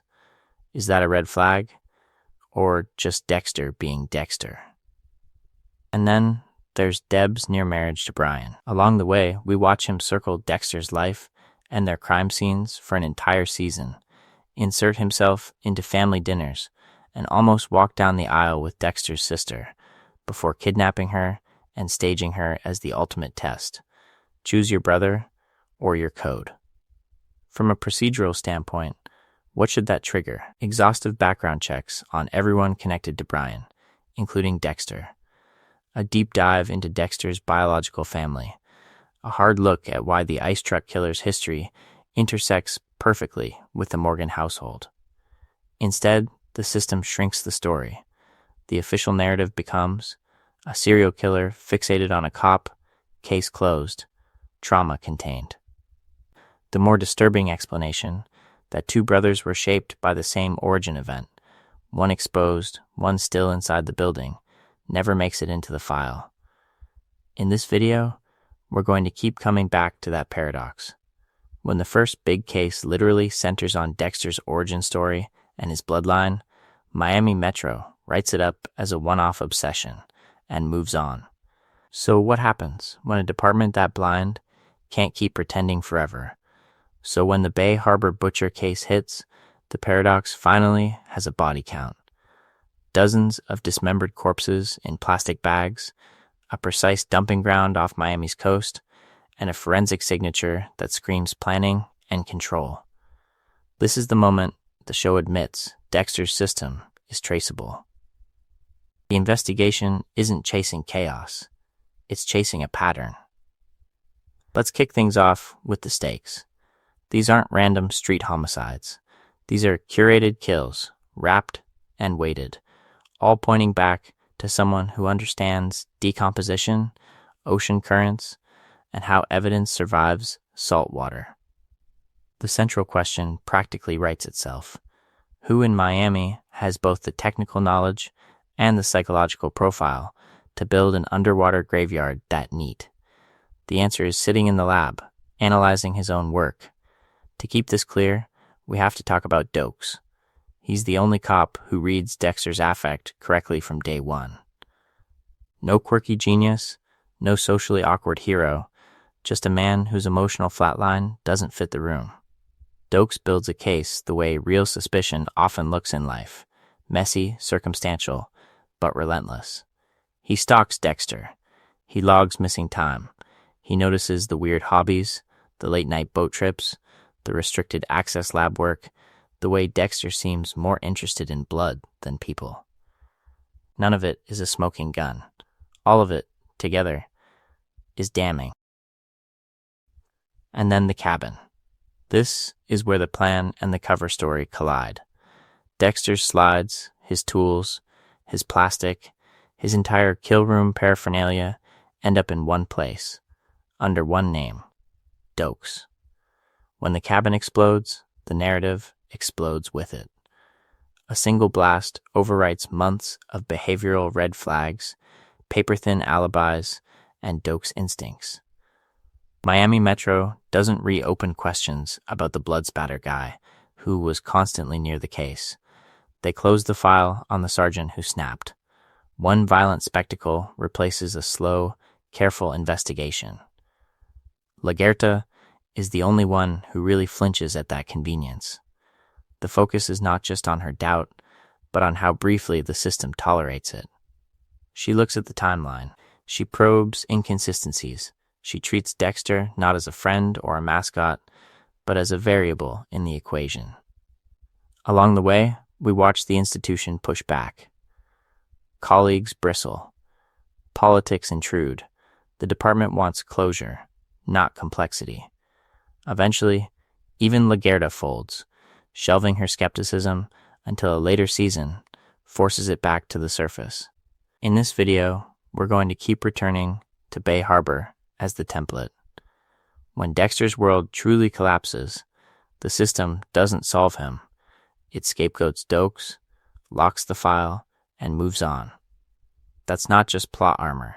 It's a portrait of an institution with no appetite to keep asking questions once a convenient monster is on the board. And when that's the culture, what happens the next time Dexter's pattern bleeds through the walls of Miami Metro? That question hanging over the end of the Bay Harbor arc, what happens next time, lands squarely on Doomsday. Because Season 6 is the moment the show basically drops a Dexter replica into an active investigation. And still, no one in Miami Metro looks across the bullpen and thinks. This seems familiar. Let's kick things off with Travis Marshall himself. On paper, he's a meek, awkward guy with a quiet job, a repressed affect, and a secret life of ritualistic murder. On the crime scenes, we get staged tableau, apocalyptic symbolism, a moralizing code about sinners, and a killer who believes he's cleansing the world. To keep this clear, the task force is literally building a profile of a man who lives a double life, hides in plain sight, and turns murder into ritual. They are, without realizing it, describing the blood spatter analyst standing in their briefing room. From there, Dexter's role in the investigation escalates from helpful lab guy to unofficial field operative so aggressively that the line between analyst and suspect almost dissolves. He breaks into abandoned churches alone. He confronts suspects with no backup. He arrives at multiple doomsday crime scenes with uncanny timing, often with information he should not plausibly have. In any real department, that pattern would trigger at least an internal review. Who keeps getting there first? Who somehow anticipates the killer's next move? The central question isn't whether Dexter looks evil. It's why no one is professionally curious about his impossible level of access and control. And then, the mask finally shatters. Deb walks into the church and sees Dexter plunging a knife into Travis on the altar, surrounded by plastic and candles and the full ritual. This is not ambiguous. It's not a heat-of-the-moment scuffle. It's a kill room. It's the Bay Harbor Butcher aesthetic transplanted into a church. In that instant, every prior investigation, every late night, every coincidence is retroactively suspect. In this video, we're going to keep coming back to Deb's psychology, because her reaction is the human mirror of Miami Metro's institutional blindness. Instead of widening the frame, reopening old cases, cross-checking Dexter's forensic fingerprints, revisiting the code he claimed Harry taught him, she narrows it down to one crisis. How do I protect my brother right now? Trauma, love, and denial fuse into a new plan. She becomes his handler, his alibi, his accomplice. The focus is not just on what she saw in that church, but on what she refuses to let herself see in the years of evidence behind it. And structurally, that's the irony. Each major section will show that the closer someone gets to Dexter's truth, the more the show bends their inner logic to keep him safe. The doomsday climax should spark a departmental reckoning. Instead, it births a private conspiracy between siblings that keeps Miami Metro comfortably ignorant. If the lieutenant in charge is now invested in preserving the lie, what happens when the next body surfaces with the Bay Harbor signature written all over it? So when Deb walks out of that church as an accessory instead of an arresting officer, we hit the real answer, hiding under every investigation Miami Metro ever ran. Nobody truly looks at Dexter, because 3 different layers of reality are invested in keeping him harmless. Personal, institutional, and narrative, all pulling in the same direction. To keep this clear, let's kick things off with the personal layer. Deb needs a brother more than she needs a suspect. Her whole psychology is built on Harry's ghost and this fantasy that Dexter is the one stable thing in a collapsing world. So every red flag gets refiled as trauma. The blood, the late nights, the secrets, that is not a threat. That is her damaged sibling doing his best. Rita does the same thing in a quieter register. She needs a safe, gentle presence after abuse. So Dexter's emotional flatness reads as patience, his lack of sexual pressure reads as respect, and his meticulous routines look like control instead of compulsion. Around them, the circle tightens. Batista's loyalty, his almost stubborn belief in the good cop narrative, turns Dexter into the quiet hero who helps close cases. Quinn's self-interest pushes him to weaponize suspicion when it suits him, and drop it the second it threatens his own trajectory. Even Harry's code is a personal force field. It lets everyone, including Dexter, translate monstrous behavior into a damaged man following rules. The focus is not just on what Dexter does, but on how everyone around him needs those actions to mean something survivable. Then we hit the institutional layer. Miami Metro is built on tunnel vision and pressure for quick closure. Once Dexter is filed as one of the good guys, the cognitive cost of recoding him as the monster behind Bay Harbor becomes almost unthinkable. This is a department that lets the only openly suspicious cop, Dokes, die as the perfect scapegoat. Then uses Dexter's own profile work to cement that lie. Internal audits never touch the blood spatter guy who can alter scenes at will. LaGuerta's late-game investigation proves the system can see the pattern, but notice how she has to go off-book, alone, because the bureaucracy cannot tolerate the consequences of being wrong about Dexter. And over all of that sits the meta-narrative layer. In this video, we're going to keep returning to this. The writers build a world where coincidence, plot armor, and selective competence are features, not bugs. The same detectives who can read a stranger's psychology from a footprint somehow never apply that lens inward. Why? Because the show needs its protagonist protected long enough for the slow collapse of his control to play out. If Batista connects the dots in Season 2, we never reach Harrison, we never reach Iron Lake, we never watch the full consequences of Harry's code rot through multiple generations. So the central question flips. It is not why didn't they see, it is how could they afford to see. Personally, it would destroy their families. Institutionally, it would detonate their myth of the hero cop. Narratively, it would end the story before its darkest chapters.